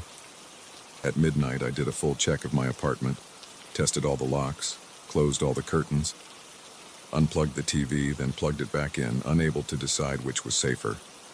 2 a.m. came and went. I sat in my living room, all the lights on. The note sat on my coffee table. My phone showed 3:12 a.m. The TV clicked on. Just static at first, gray fuzz filling the screen. I hadn't touched the remote. It sat untouched on the table, exactly where I'd left it. 3:15 a.m. The static cleared. A news program appeared, but the sound was muted. The anchor's mouth moved silently. The ticker at the bottom showed gibberish, just random letters scrolling past. 3:16 a.m. My throat was so dry it hurt to swallow. Sweat ran down my back. The news program flickered, turned to static, then back again. Different anchor now, still muted, still moving her lips without sound. 3:17 a.m. 3 loud knocks on my front door. Knock, knock, knock. I stopped breathing. The TV flickered again, now showing what looked like security camera footage, black and white. Empty hallway. More knocks. Louder this time. Knock, knock, knock. The security footage on TV. I recognize that hallway now. It was my building, my floor, leading to my door. A figure appeared on screen, tall, walking slowly down the hall toward my apartment. The image quality was terrible, all grainy and distorted. I couldn't make out any details. Knock, knock, knock. The figure on screen reached my door, raised its hand to knock. I muted my phone, turned off all the lights, pressed myself into the corner of my couch, trying not to move, trying not to breathe. Knock, knock, knock. The figure on screen lowered its hand, stood perfectly still, then slowly turned to face the security camera. The TV went black. I heard my doorknob turning, the lock clicking, the door creaking open. Cold air rushed in from the hallway. Heavy footsteps on my floor. The door closed. I couldn't move, couldn't scream. Could only sit there in the dark, listening to the footsteps getting closer. They stopped right behind the couch. I felt breathing on the back of my neck. Then a hand touched my shoulder. I jerked awake with a gasp. Sunlight streamed through my windows. I was still on the couch, exactly where I'd been sitting last night. My phone showed 9:47 a.m. The TV was off. The front door was locked. Everything looked normal. Just a dream. The stress and lack of sleep must have gotten to me. I laughed shakily, rubbing my face. Then I saw it.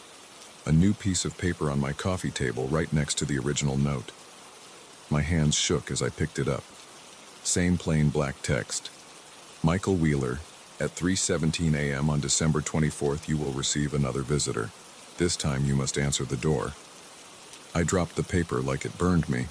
Scrambled to check my phone's camera roll. There had to be evidence, pictures or video from last night. I found a new video I didn't remember taking. Dated 3:17 a.m. My finger hovered over play. The first frame showed my dark living room. The timestamp in the corner confirmed. 3:17 a.m., October 15th. I pressed play, static, then my living room again. Empty couch, TV off. A tall figure walked into frame. I slammed my phone face down on the table. My heart hammered so hard it hurt. December 24th, 2 months away. This time, I had to answer the door. The note said I had to. But what would be waiting on the other side? I picked up both notes. The old one from the train and the new one from this morning. Laid them side by side. Studied every detail, looking for clues I might have missed. The paper was identical. Same weight, same texture. The typing looked the same too, probably from the same printer. No watermarks, no hidden marks or patterns I could find. I got up and paced my apartment. Checked every room, every closet. Looking for... what? More notes? Signs of intrusion? I didn't know. Everything looked normal. Nothing out of place. But that just made it worse somehow. Like the whole thing was mocking me, leaving no evidence, no proof I wasn't just going crazy. I tried to think logically. Someone on that train had to have planted the first note. I could call Amtrak, ask about security footage. But what would I say? Someone left me a creepy note that came true? They'd think I was nuts. I could go to the police. But again, with what evidence? 2 pieces of paper with cryptic messages? The video on my phone that could easily have been faked? No. I had to handle this myself. Figure out what was happening before December 24th. I spent the next week investigating. Called the train company anyway, but they said their security footage only went back 72 hours.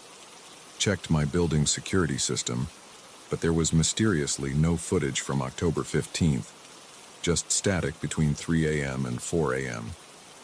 I installed my own cameras, motion sensors, voice recorders, bought a new TV and threw out the old one, changed all my locks. But the notes stayed on my coffee table. I couldn't bring myself to throw them away. They were my only proof this was real. October turned to November. I barely slept, jumped at every noise, kept checking the cameras, the sensors, looking for signs. But nothing unusual ever showed up. My work started suffering, missed deadlines, spacing out during meetings, dark circles under my eyes that makeup couldn't hide. Friends stopped calling after I canceled plans too many times. Couldn't risk being away from my apartment at night. Had to be ready, had to prepare. December arrived with snow and bitter cold. The holiday decorations going up around the city felt like a countdown. Each twinkling light, each jingling bell, tick-tock, tick-tock. I took time off work, told them I was visiting family for the holidays. Instead, I stayed home, studying the notes, reviewing camera footage, making plans. December 23rd. 1 day left. I hadn't slept in 36 hours. Coffee cups littered every surface. 3 laptops set up to monitor different camera feeds. Notebook filled with theories, observations, possibilities. No conclusions, no answers. Just questions piling up like the snow outside. 3 a.m., December 24th. 17 minutes left. All cameras active. Motion sensors armed. Voice recorders running. 3 different phones set to record video. The notes sat on my coffee table, like always. 3:10 a.m. I checked all the locks again, tested the cameras again. Everything working. 3:15 a.m. My hands wouldn't stop shaking. Sweat soaked through my shirt despite the cold. The TV stayed off. I'd unplugged it completely this time.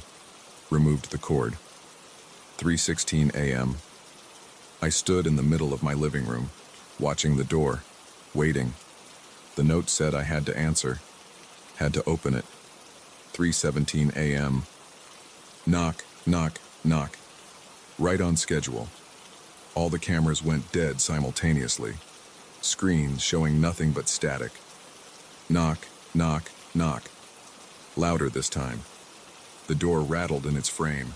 My feet moved without conscious thought.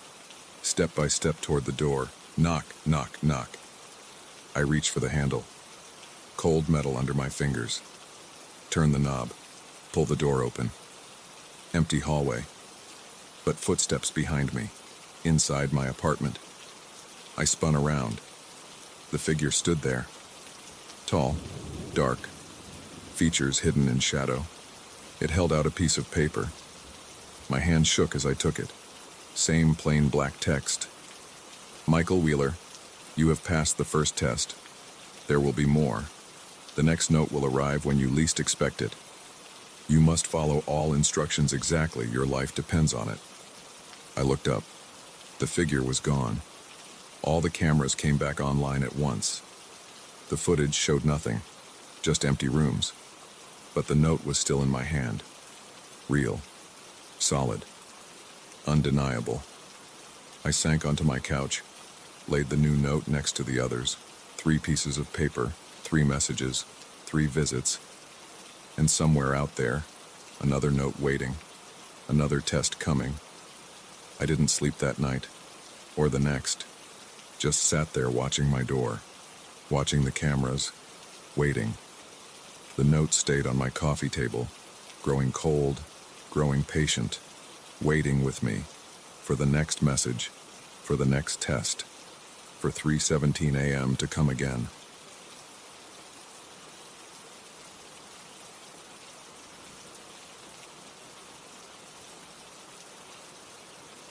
I shouldn't have taken that shortcut. That's what started everything. I was driving from Boston to Chicago for a job interview, and Google Maps showed an alternate route that would save me 2 hours. The sun was setting, and I was tired. The GPS led me onto smaller and smaller roads until I lost cell service completely. The rental house wasn't my first choice. After my car broke down on that empty road in western Pennsylvania, I had to walk 3 miles in the dark before finding anything. No streetlights, no houses, nothing but trees and the sound of insects. The temperature dropped to 40 degrees. My phone was dead. My fingers went numb. I saw the house first because of its porch light. It sat at a crossroads between 2 unmarked roads, a 2-story Victorian painted dark green. A vacation rental sign hung crooked on a post by the gravel driveway. I couldn't believe my luck. The old woman who answered the door wore a blue bathrobe and fuzzy slippers. She introduced herself as Mrs. Keene, the property manager. Her white hair stuck out in all directions. "You're in luck," she said. "The current guests canceled last minute. I can rent you a room for the night. Cash only." I handed her $60, and she gave me a brass key attached to a wooden tag marked Room 3. The inside of the house smelled like old carpet and wood polish. A narrow staircase led up to a dark second floor. Mrs. Keene showed me to a room on the ground floor instead. "The upper floor is being renovated," she said. "Your room has its own bathroom. Checkout is at 11 a.m. I live in the cottage out back if you need anything." The room was basic but clean. Twin bed with a blue quilt, small bathroom with a shower, 1 window looking out at the dark trees. I took a hot shower, set my phone to charge, and collapsed into bed at 10:30 p.m. The footsteps started at midnight. At first I thought I was dreaming. Slow, heavy steps moving across the ceiling directly above my bed. The old floorboards creaked with each step. Back and forth. Back and forth. I lay perfectly still, listening. The steps moved from one end of the room to the other, perfectly steady. I got out of bed and pressed my ear against the wall. The footsteps continued. Whoever was up there wore heavy boots. Each step sent tiny pieces of ceiling dust drifting down. I opened my door and looked into the dark hallway. The staircase leading up was blocked by yellow caution tape and a no-access sign. The steps upstairs got louder. "Hello?" I called out. "Is someone up there?" The footsteps stopped. Complete silence. Then they started again, faster this time, moving straight toward the staircase. I slammed my door shut and locked it. The steps reached the top of the stairs. They started descending, one at a time. My heart pounded so hard I could feel it in my throat. I pressed my back against the far wall. The steps reached the bottom of the stairs. They moved down the hallway toward my door. I could hear the floorboards squeaking just outside. They stopped right in front of my room. 3 loud knocks made me jump. The brass doorknob slowly turned, but the lock held. "Mrs. Keene?" My voice came out as a whisper. "Is that you?" No answer. Another set of knocks, harder this time. The door rattled in its frame. I grabbed my phone, still no signal. The knocking got faster, more aggressive. I could see the door shaking. Then it stopped. The footsteps moved away down the hall, back toward the stairs. I heard them go up to the second floor again. The pacing resumed overhead. I didn't sleep. I sat on the bed with my back against the headboard, watching the door. The footsteps continued all night, sometimes slow, sometimes fast. Twice more they came down to my door and knocked, but never as violently as the first time. When sunlight finally came through the window, I packed my bag and went to find Mrs. Keene. The hallway was empty. The caution tape across the stairs hung undisturbed. I knocked on doors of the other ground floor rooms, no answer. I went outside to the cottage behind the house. No one there either. That's when I noticed something strange about the house. From the outside, it was clearly a single-story building. No second floor at all. Just a roof with a few small vents. I ran back inside and looked up the staircase. The steps went up about 15 feet and ended at a solid wall. No door, no hallway, nothing. My hands shook as I searched the house. All the ground floor rooms were empty. No sign of Mrs. Keene or any other guests. In the kitchen, I found a stack of local newspapers. The most recent was from 1987. I left the key on the front desk and got out of there. I practically ran to the nearest town 5 miles away. When I told the local diner owner about the house at the crossroads, his face went pale. "That place burned down in '87, he said. "Terrible tragedy. The owner, Margaret Keene, died in the fire. They never rebuilt it. I convinced him to drive me back there. We found the crossroads easily enough. But where I'd spent the night, there was nothing but an empty lot full of weeds. A single wooden post still stood by the road, rotted and gray with age. A vacation rental sign hung from it, swaying gently in the wind. That was 3 months ago. I got the job in Chicago and tried to forget about what happened. But last week, I received something in the mail. No return address. Inside the envelope was a brass key attached to a wooden tag marked Room 3. Every night since then, I've been waking up at midnight to the sound of footsteps overhead. I live in a first-floor apartment. The footsteps are getting closer to the stairs. Part 2. I didn't tell anyone about the key at first. Who would believe me? I threw it in the trash the same day it arrived. The next morning, I found it on my kitchen counter. The footsteps got worse each night. They started at midnight exactly and continued until sunrise. I couldn't sleep. I tried earplugs, white noise machines, sleeping pills. Nothing helped. The sound came through everything. After a week, dark circles formed under my eyes. My hands shook constantly. At work, I couldn't focus. I drank 8 cups of coffee a day just to stay awake. I hired a contractor to check the roof and ceiling. He found nothing unusual. No loose boards, no hidden spaces. Just solid construction with no room for anyone to walk. "Building's only got the 1 floor, buddy," he said. "No way anybody's up there." I started recording the sounds on my phone. The recordings picked up nothing but static. I bought an expensive microphone and tried again. Same result. Last night, things changed. The footsteps came as usual at midnight. But this time they moved differently. Instead of pacing back and forth, they walked in a perfect circle above my bed. Round and round, getting faster and faster. I lay there counting the steps. After exactly 100 rotations, they stopped. Complete silence for exactly 1 minute. Then 3 loud knocks directly overhead. I looked up. A dark stain was spreading across the ceiling, dripping down the walls. It smelled like smoke and something else, something burning. The room got cold enough to see my breath. The brass key sat on my nightstand, though I'd thrown it away again that morning. A piece of paper was folded underneath it. The paper looked old, yellowed and brittle. I unfolded it carefully. It was a newspaper clipping from 1987. The headline read, "Local woman dies in house fire." Below was a photo of Mrs. Keene standing in front of the house where I'd stayed. The article mentioned she was found in room 3, apparently trapped there when the second floor collapsed. The second floor that wasn't supposed to exist. I packed a bag and drove to a hotel. I couldn't stay in that apartment another night. But as I write this from my hotel room, I can hear it. Footsteps on the floor above. They're coming down the hall now. Someone's knocking at my door. Part 3. The hotel didn't help. Neither did staying with friends, sleeping in my car, or even flying to visit my parents in Florida. The footsteps followed me everywhere. After a month of running, I decided to face it. I went back to Pennsylvania, back to that empty lot at the crossroads. I brought the key with me. The lot looked different at night. The weeds moved without wind. The old signpost cast a shadow that stretched too far in the moonlight. I stood in the center of where the house had been and held up the key.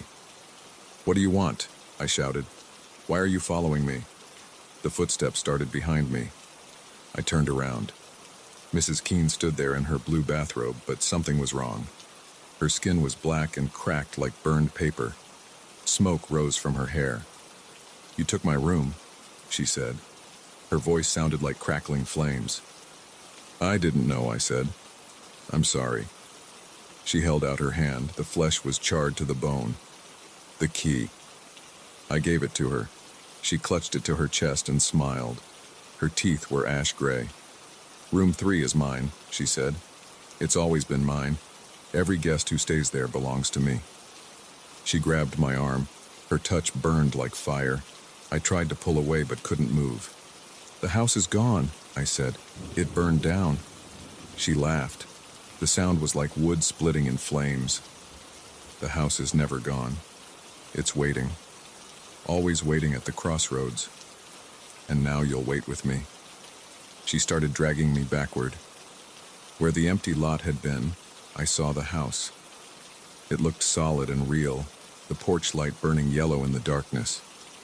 The front door stood open. I fought harder, but her grip was too strong. My clothes started to smoke where she touched me. A car horn blared. Headlights swept across us. Mrs. Keene vanished like smoke in wind.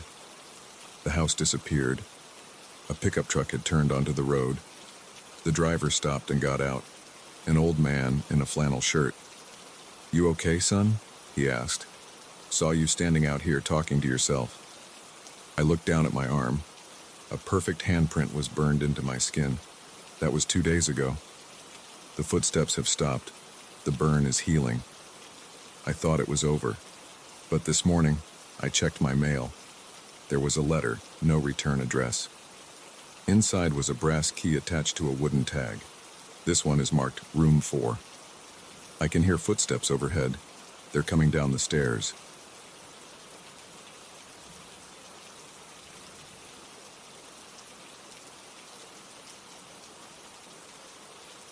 The banging started on my first night in Unit 2B.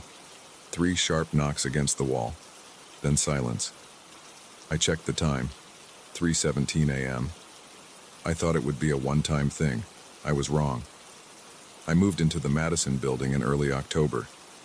The place had that new construction smell. Fresh paint and clean carpet. Half the units were still empty. The rental agent, Lisa, made a big deal about the soundproof walls when she showed me around. "You'll never hear your neighbors," she said. "Perfect for a writer who needs quiet." That first week, everything seemed normal. I set up my home office, got into a routine. Wake up at 7, write until noon. Lunch, more writing, dinner, sleep. The perfect setup for finishing my novel. The deadline was getting close. Then the noises started getting worse. Not just knocks anymore. Heavy footsteps pacing back and forth. Furniture scraping across the floor. A man's voice, too muffled to make out words. Always between 2 and 4 a.m. After the third night, I left a note on the door of 2A. Could you please keep the noise down at night? The walls are thinner than advertised. Thanks, Jack from 2B. The note was still there the next morning, untouched. I knocked on the door. No answer. I tried again that evening. Nothing. I called Lisa. Who lives in 2A? They're making a lot of noise at night. 2A? That unit isn't rented yet, she said. No one lives there. That's impossible. I hear someone in there every night. I handle all the leases personally, Mr. Walker. 2A is empty. Maybe you're hearing noises from above or below. No, it's definitely coming through the shared wall. Look, can you check? She sighed. I'll come by tomorrow morning. That night, the noises were worse. The pacing started at 2:45 a.m.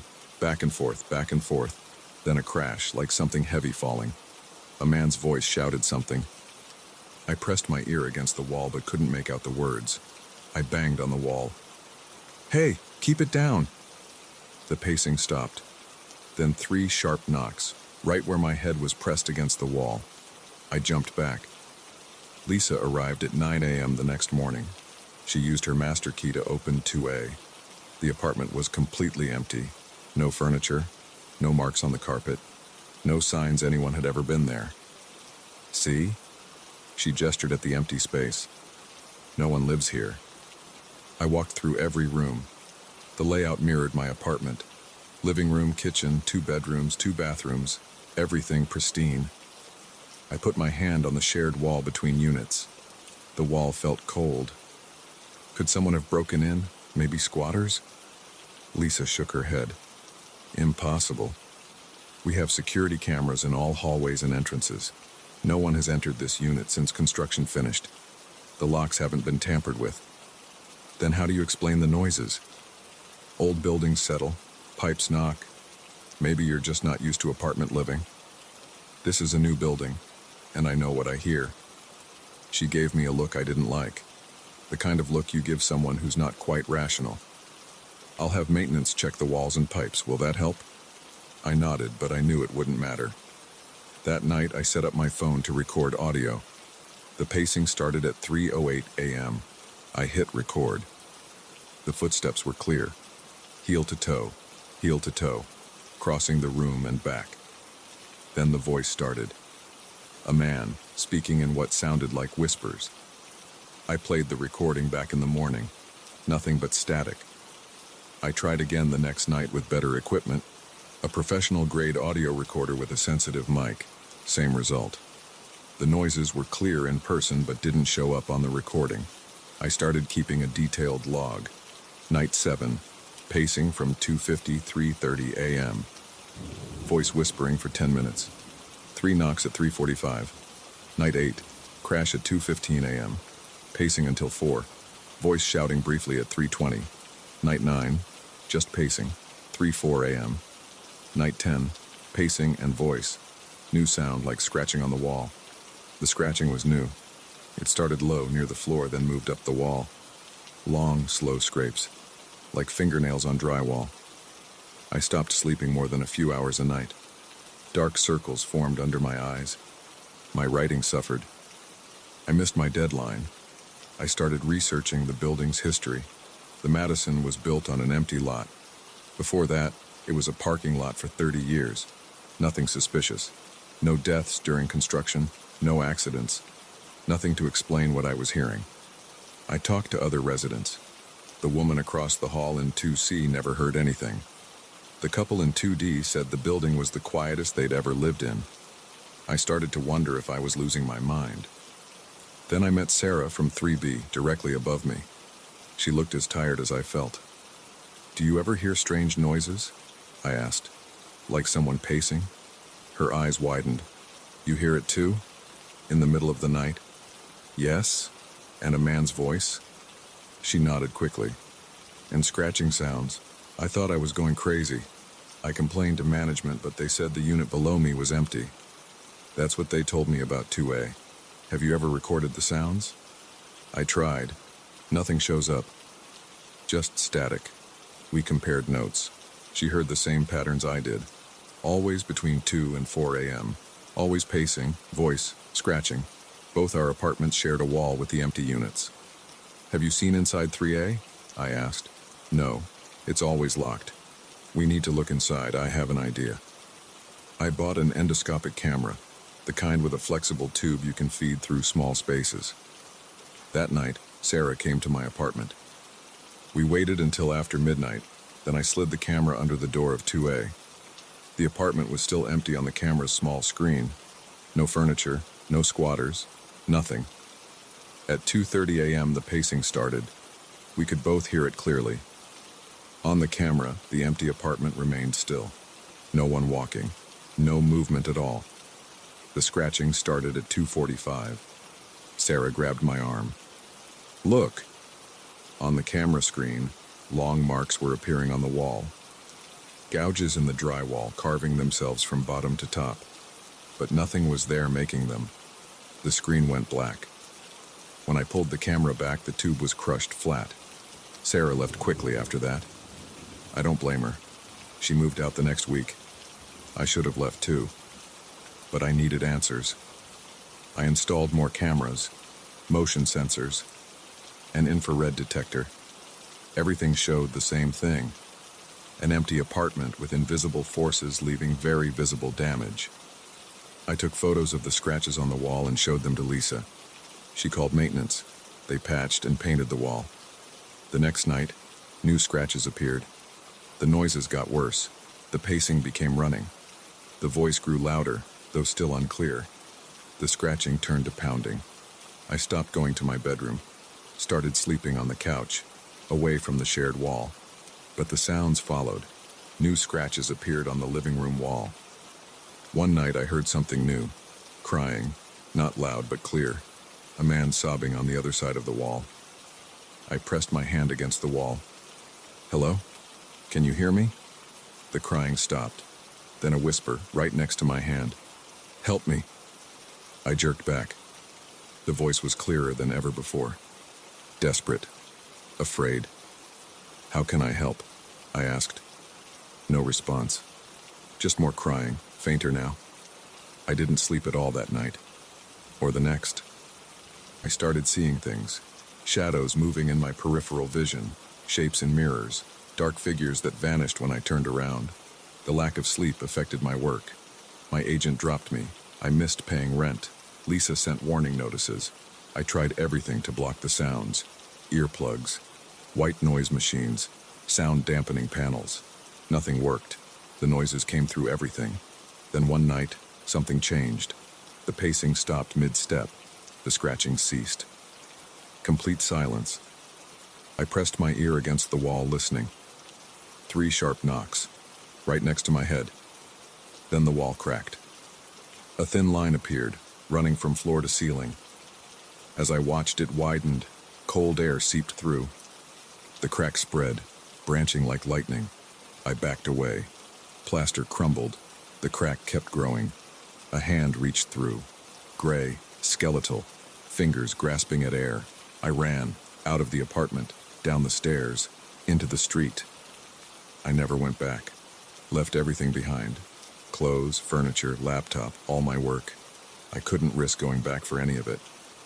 Lisa called a few days later. Your apartment is trashed, she said. The wall between units is destroyed. You'll have to pay for repairs. I hung up, blocked her number, blocked my agent, my publisher, everyone associated with that place. I'm in a small town now, different state, living in a house, not an apartment, no shared walls. But sometimes late at night I hear 3 sharp knocks, and I wonder about the empty apartment next door, the one that was never rented, the one where something impossible lived. I wonder who else is hearing those sounds now. Who else is pressing their ear against that wall, listening to the pacing, the voice, the scratching. I wonder what would have happened if I'd stayed. if I'd let that hand pull me through the crack. Some walls are better left solid. Some neighbors are better left unmet. But in my dreams I still hear the whisper, "Help me." And I wake up wondering if I should have tried harder to understand what was on the other side of that wall. What needed help so desperately?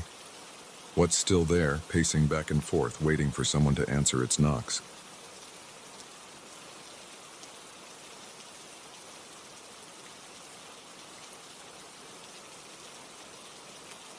I shouldn't have looked back at him through the bus window. That's what started it all. Just a quick glance as the bus pulled away. If I hadn't turned my head, maybe he wouldn't have followed me home. Maybe I'd still be sleeping through the night instead of jumping at every sound. It was Tuesday, October 15th, a normal workday. I left the office at 5:30 p.m., same as always. The sun was already setting behind the buildings downtown.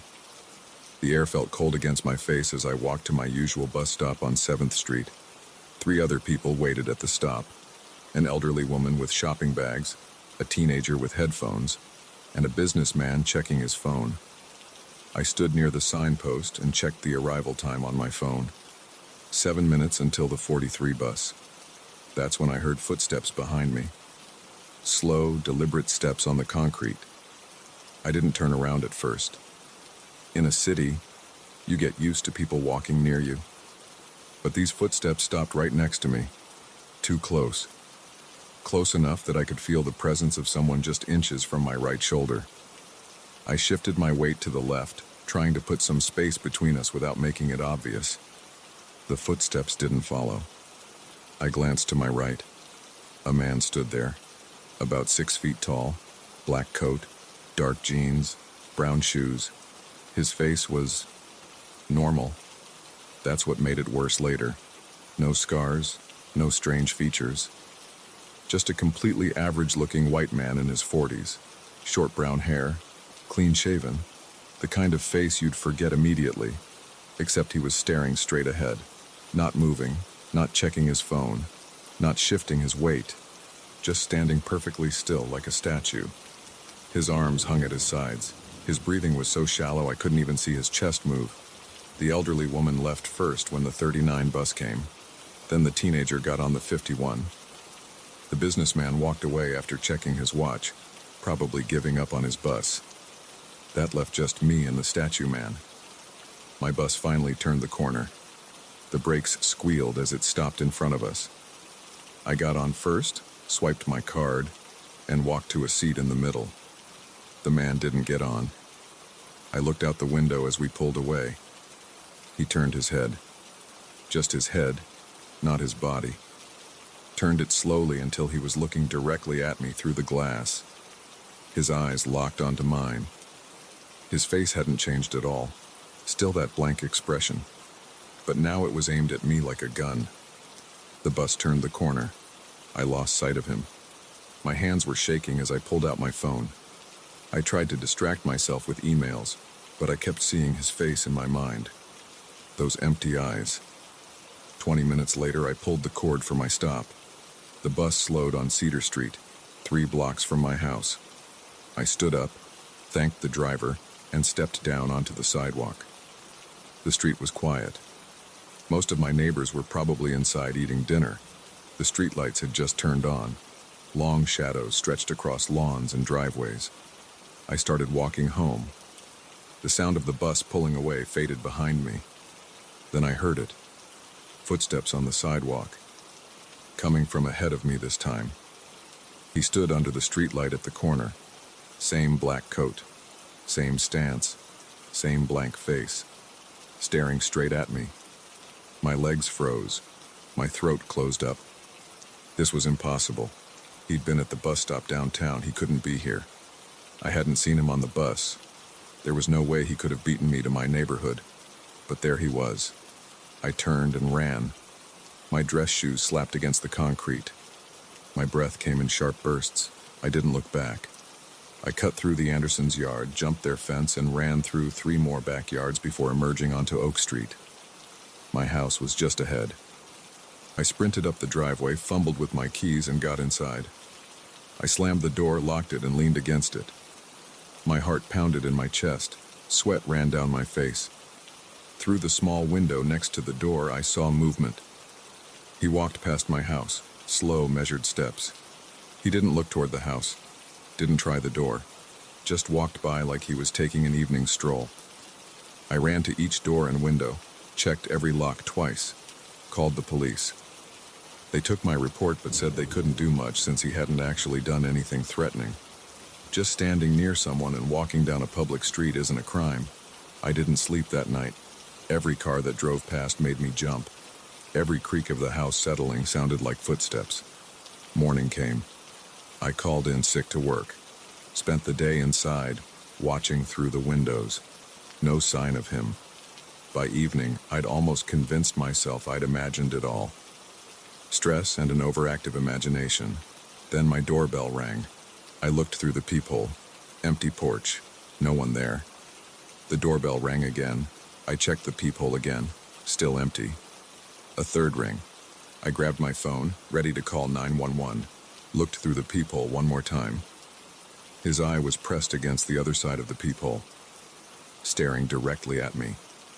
I stumbled backward, fell onto the floor, scrambled away from the door. The doorbell rang a fourth time. I ran upstairs to my bedroom, locked the door, called 911, told them someone was trying to break in.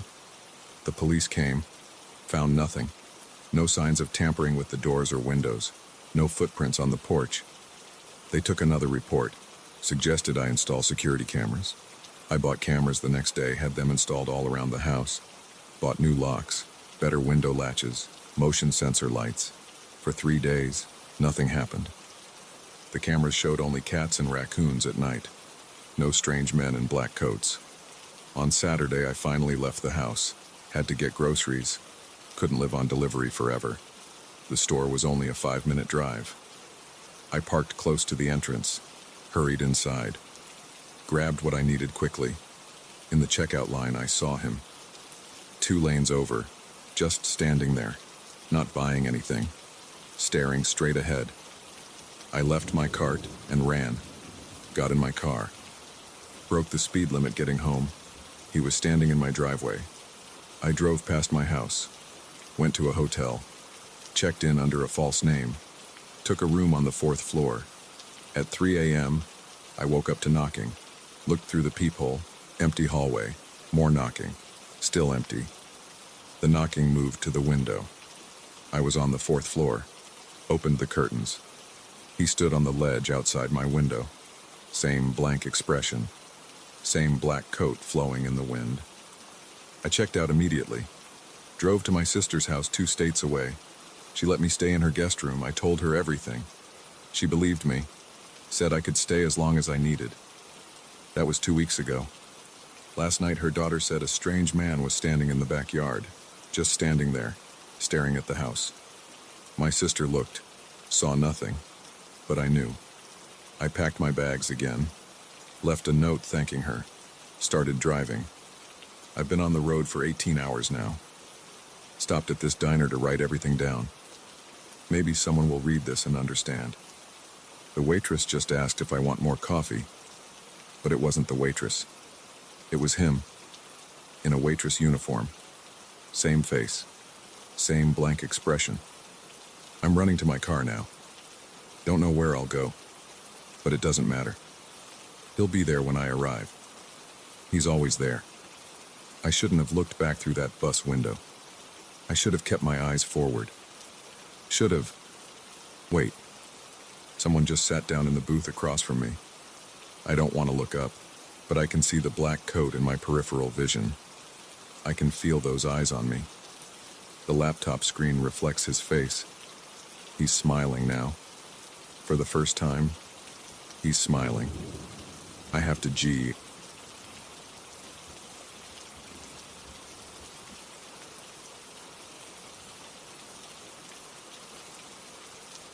The mud trapped my wheels at 6:47 p.m. I remember checking my watch right then because I knew darkness was coming. I'd taken the shortcut through the backwoods to avoid rush hour traffic, thinking I'd get home early. Instead, I got stuck on an unnamed dirt road with no cell service 10 miles from the nearest house. The engine died at 8:12 p.m. That's when the noises started. I work in sales at a paper company in Springfield. Nothing exciting, just routine client meetings and spreadsheets.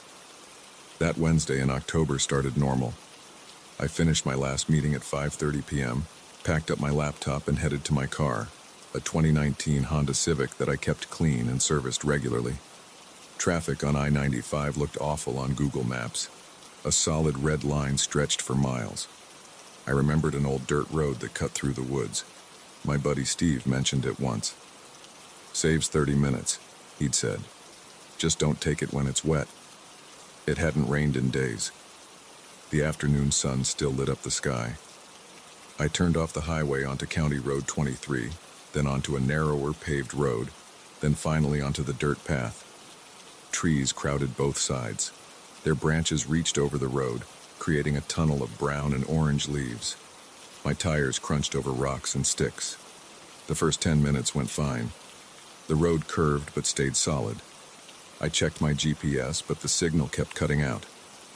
No problem, I thought. Just keep heading east. The trees would end eventually. Then the road dipped down into a valley.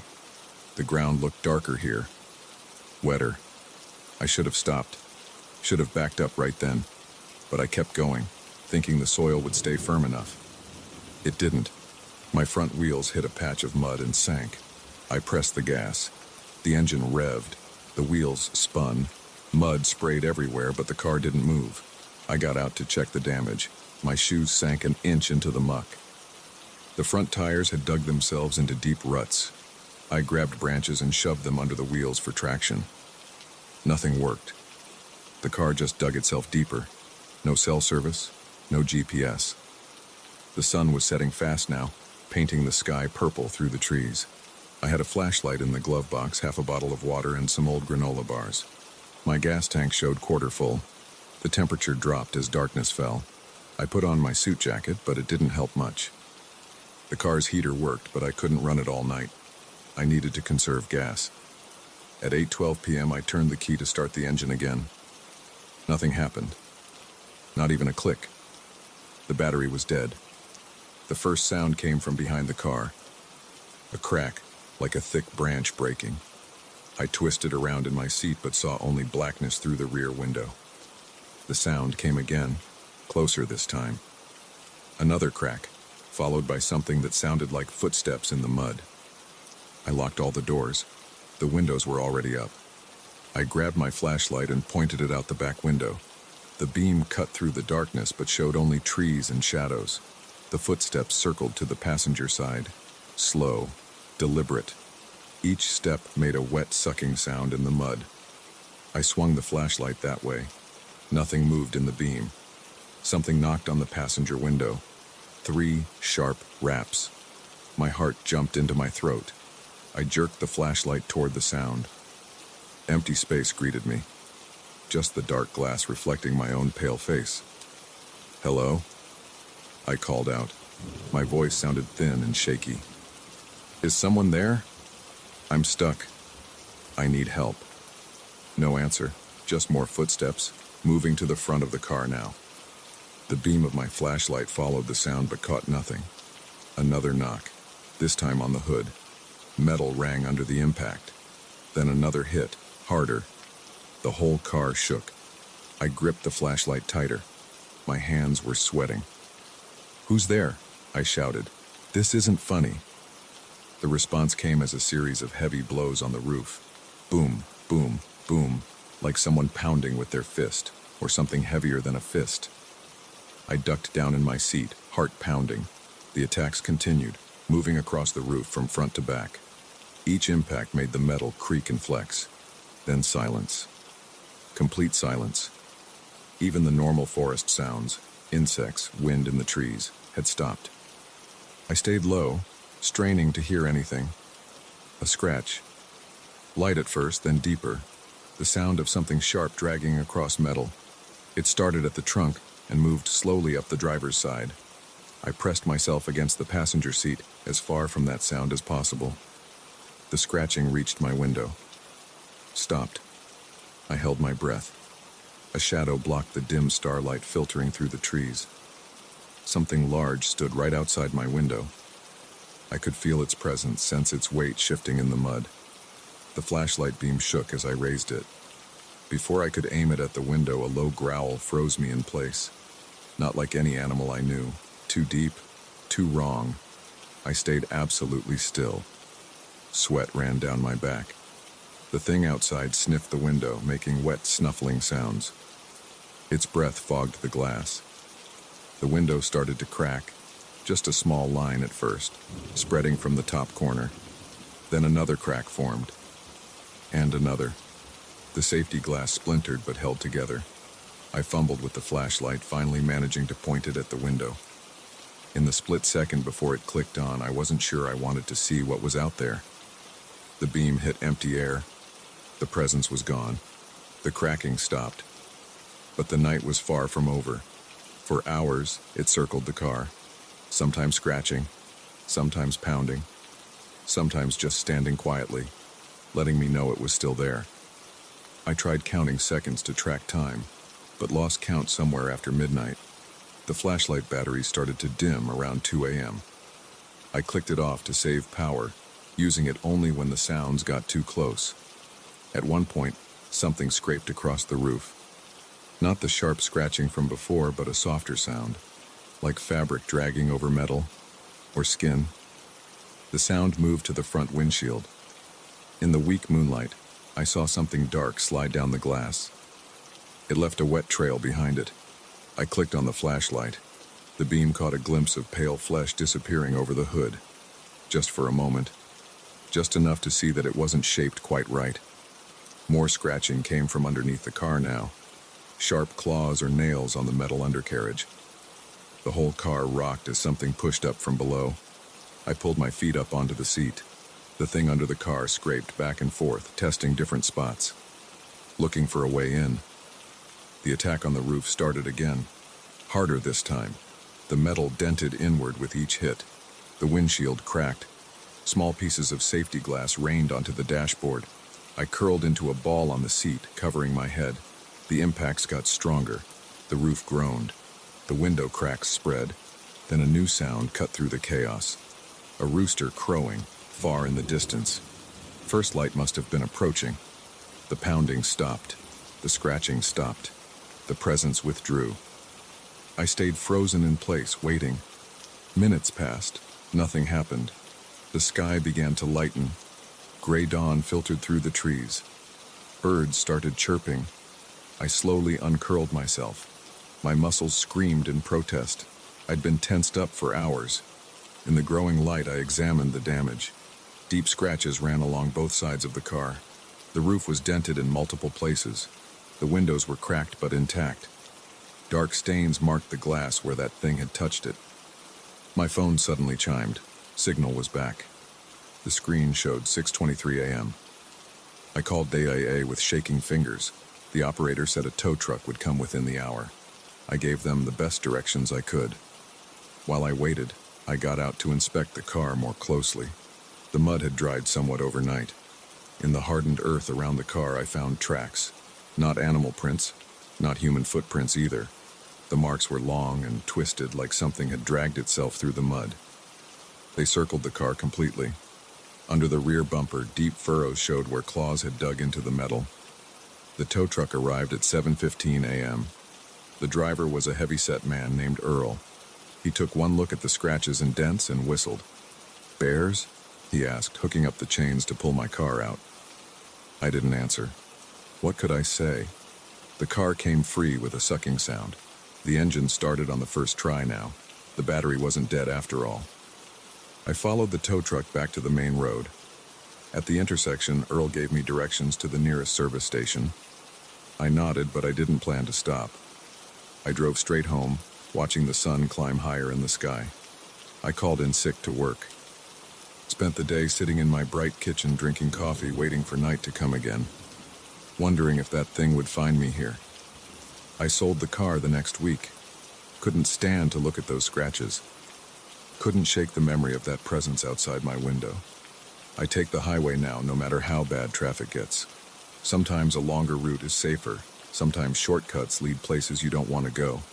But on dark nights, when the wind blows just right, I still hear it. That deep, wrong growl. Those heavy footsteps in the mud. That scraping on metal. And I wonder, if the sun had risen just a few minutes later, would anything have been left of me to find? The worst part?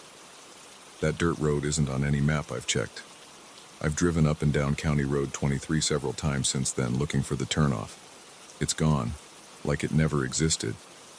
But the scratches on my old car were real. The dents were real. And sometimes, late at night, I check my windows and doors twice. Because I know what's out there in the dark. I know it remembers me.